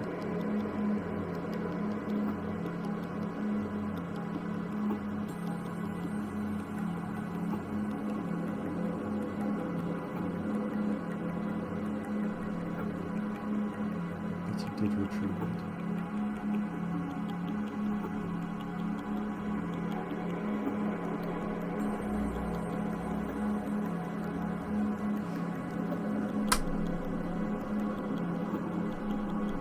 Done set. This night. That is the first time your grandsire has ever complimented you. Isabel's gonna smile.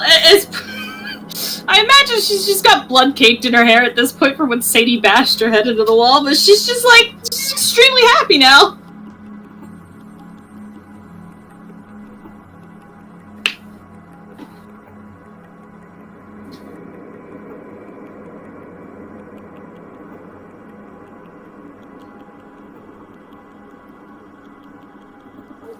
Trouble. I welcome you fully into the fires of Sad.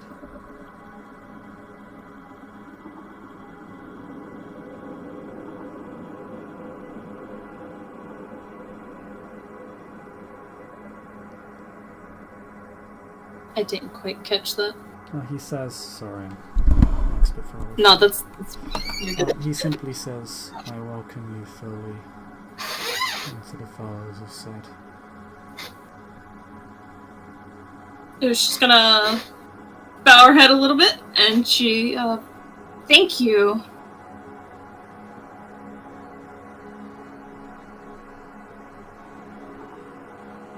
As both eternal guardian rebel and bringer of chaos.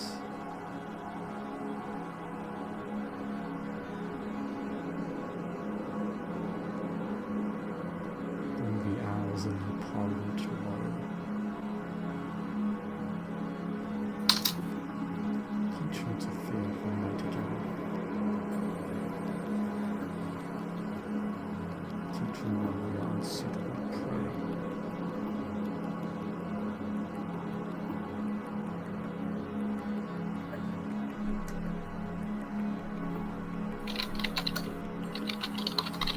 Morgan at this point has just been gauging Sadie.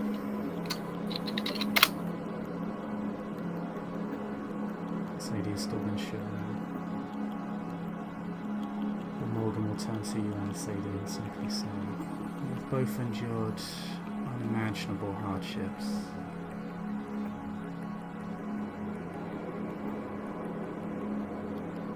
To face one of the owls is no small thing.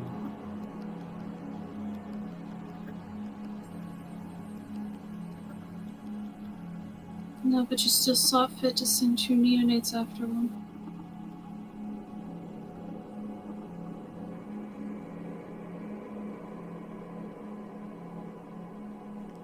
It is your duty as a Sadite to guard not only the gates between the shadow and the material, but also the material from the abyss. If you cannot defeat the least among them,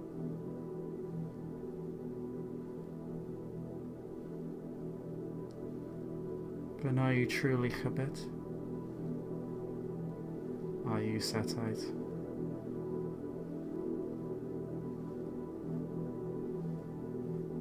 Or are you prey?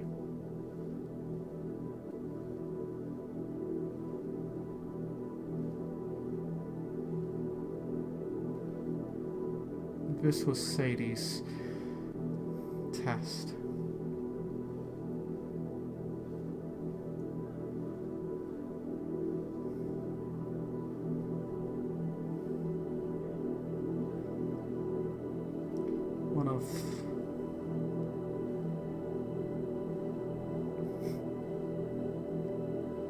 She pauses for a moment, as if she had detected a hint of irony in something unsaid.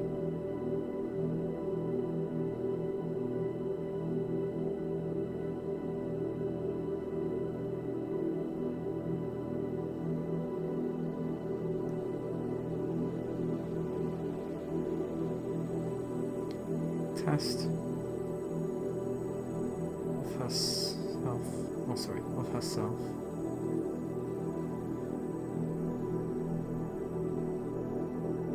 Of courage.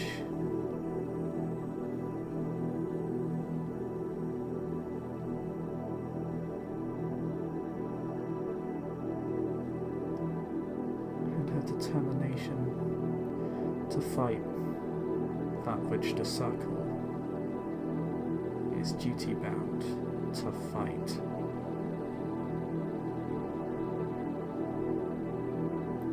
It is in this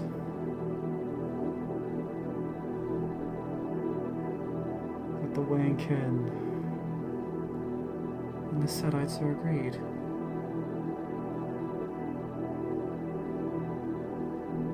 Whereas you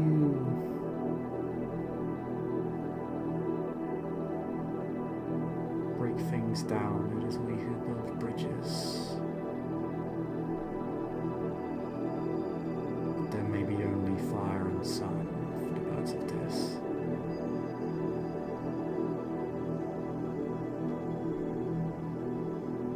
We've both done well.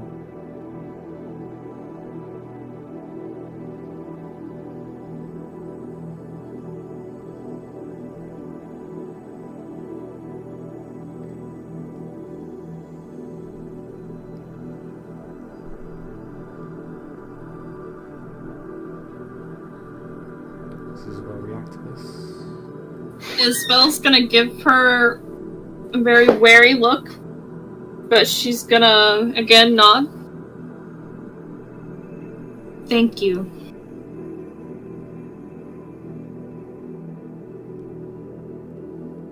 A binder of vows.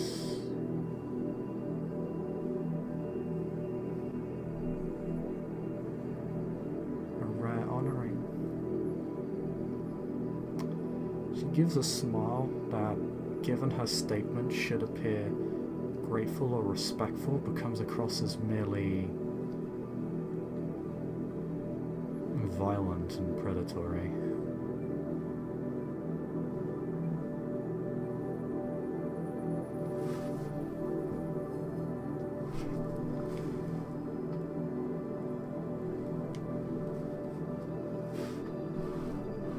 You are right. I gave you a task that was, to many, tantamount to suicide, yet here you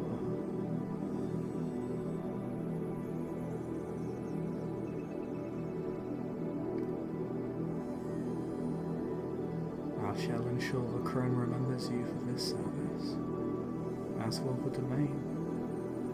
For that bird has many secrets to tell, and it will tell us both much indeed.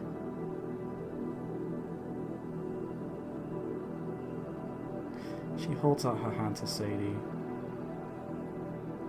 Drink.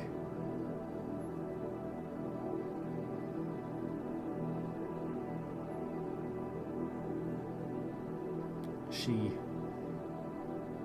considering she refused you, uncharacteristically nods and just bites into her. Isabel's gonna narrow her eyes ever so slightly.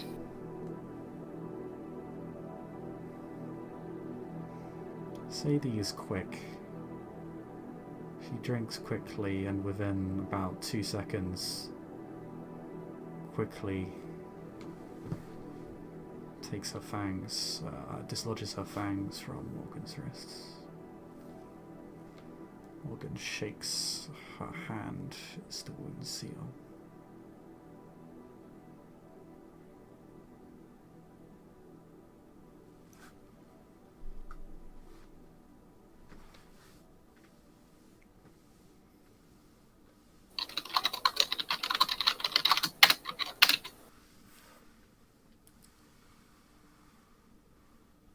Morgan looks around.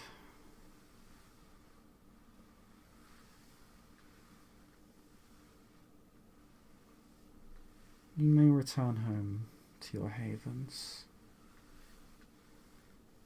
Myself and your dear grandsire Isobel, well, we have an interrogation awaiting us.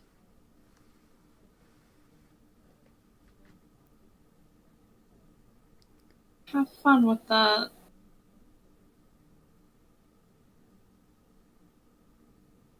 At this point, her eyes do turn quite sharply to you.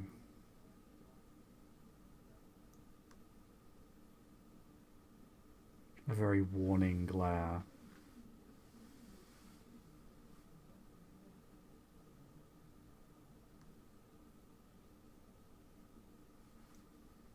Isabel's gonna kind of hunch in on herself and look down at her feet.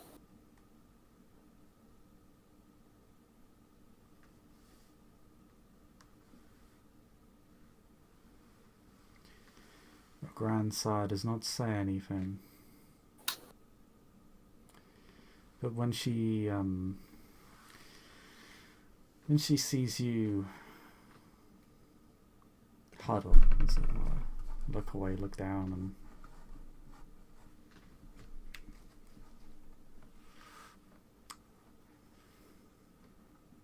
much more aversive, she will simply look directly at you and say, "Good night, Miss Bailey."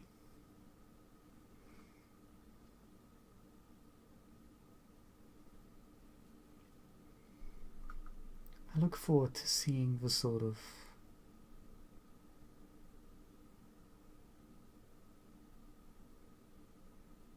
enlightenments you intend to bring to the city's residents.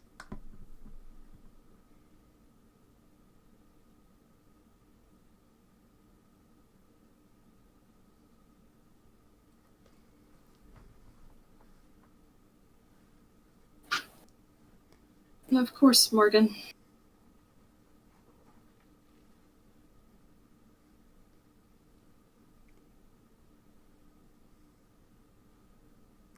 She'll nod to you and walk inside. Your grandsire looks at you.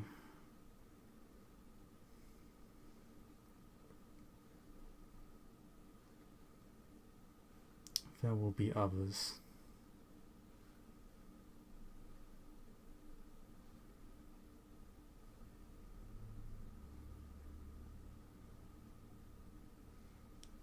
Stronger than the one you bound. You must be ready to take the fight to them when that time comes.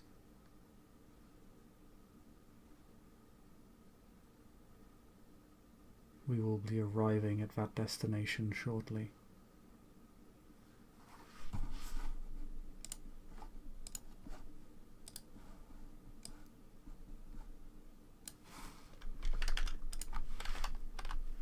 Be ready. Yes, sir. I will get better.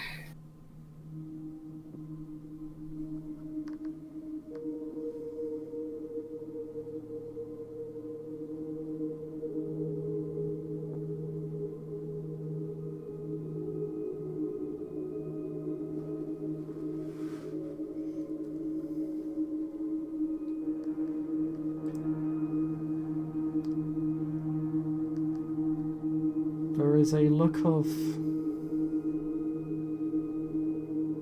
consternation on his face.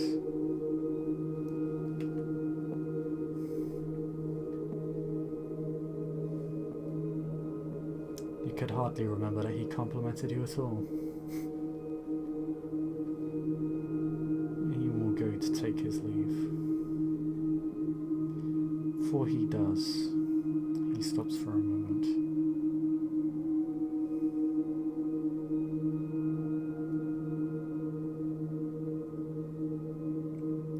The city is rigid. It has been broken apart by those who wish to seize absolute power.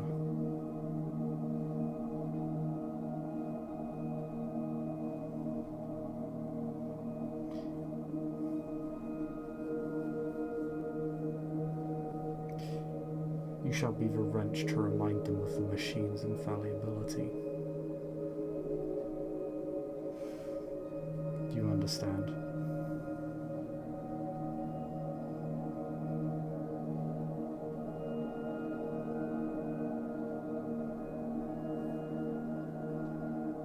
Isabel looks thoughtful for a moment.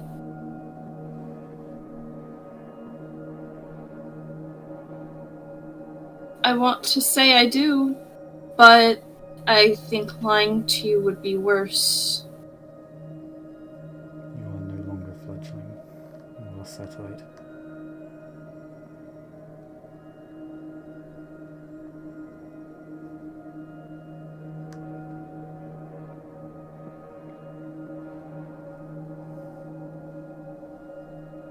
Now prove yourself to us once again. And with that, he simply vanishes from view, fading away into the still air of the cemetery.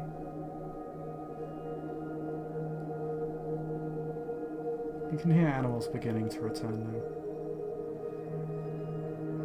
Whatever kept them from this place.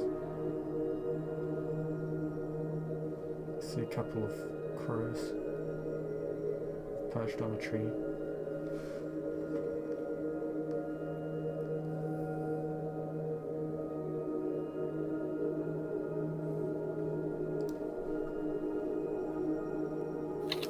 Sadie looks up at them. It's the first real look of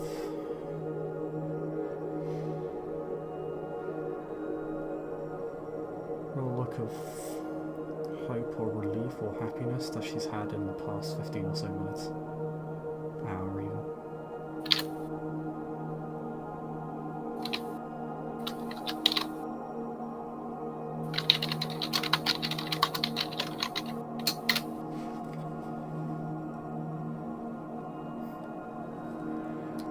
Sadie will walk up to you and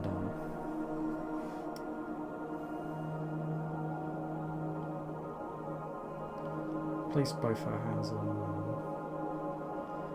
your shoulders and say, "Thank you for doing what you did back there. I don't think I would have made it without you." Well, I wasn't exactly gonna stand by and let it destroy you. I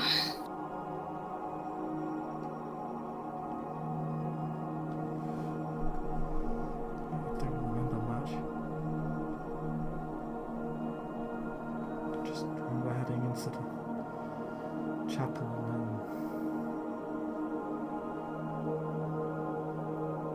knives. Then I saw you frenzy against the wall. I tried to get you out. Yeah, I took your lighter and your deodorant, and I used it. And then everything went to shit.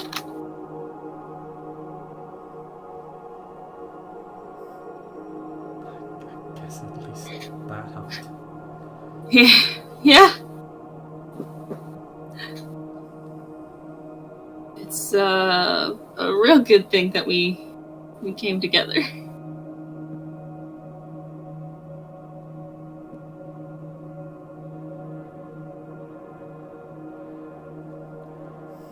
Who knows?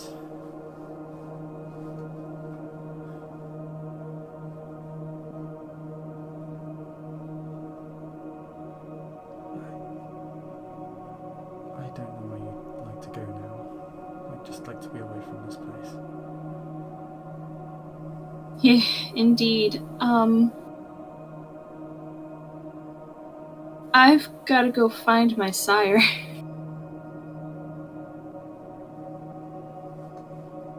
Who is your sire? Dr. Alexander Hartwell, he kind of owes me an explanation. He is hunted. He is, indeed, that. And that is the explanation he owes me. Perhaps he's staying away from you to keep you safe. I know if I were hunted, I would have done the same for my child.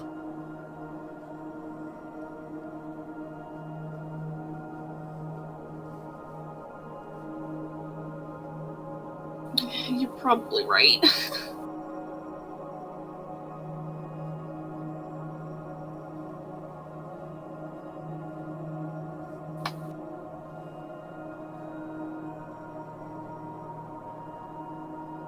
But,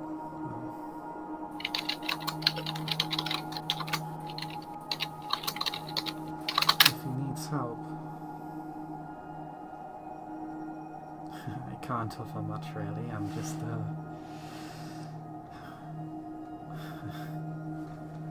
I don't even really live on Crone domain.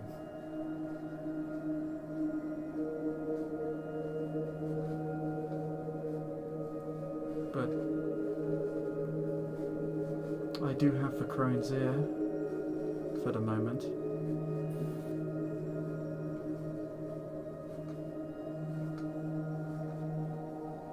I'll be sure to let you know.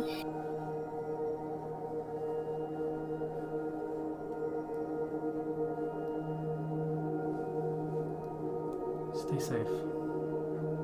You too. I need to go. I think I should go find my sisters. Yeah, that might be a good idea.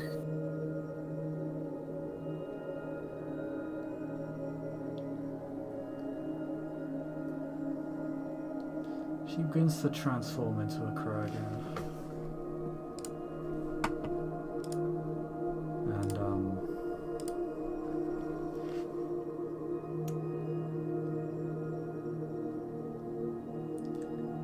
joins with the other birds. She flies away with them, now part of a small flock.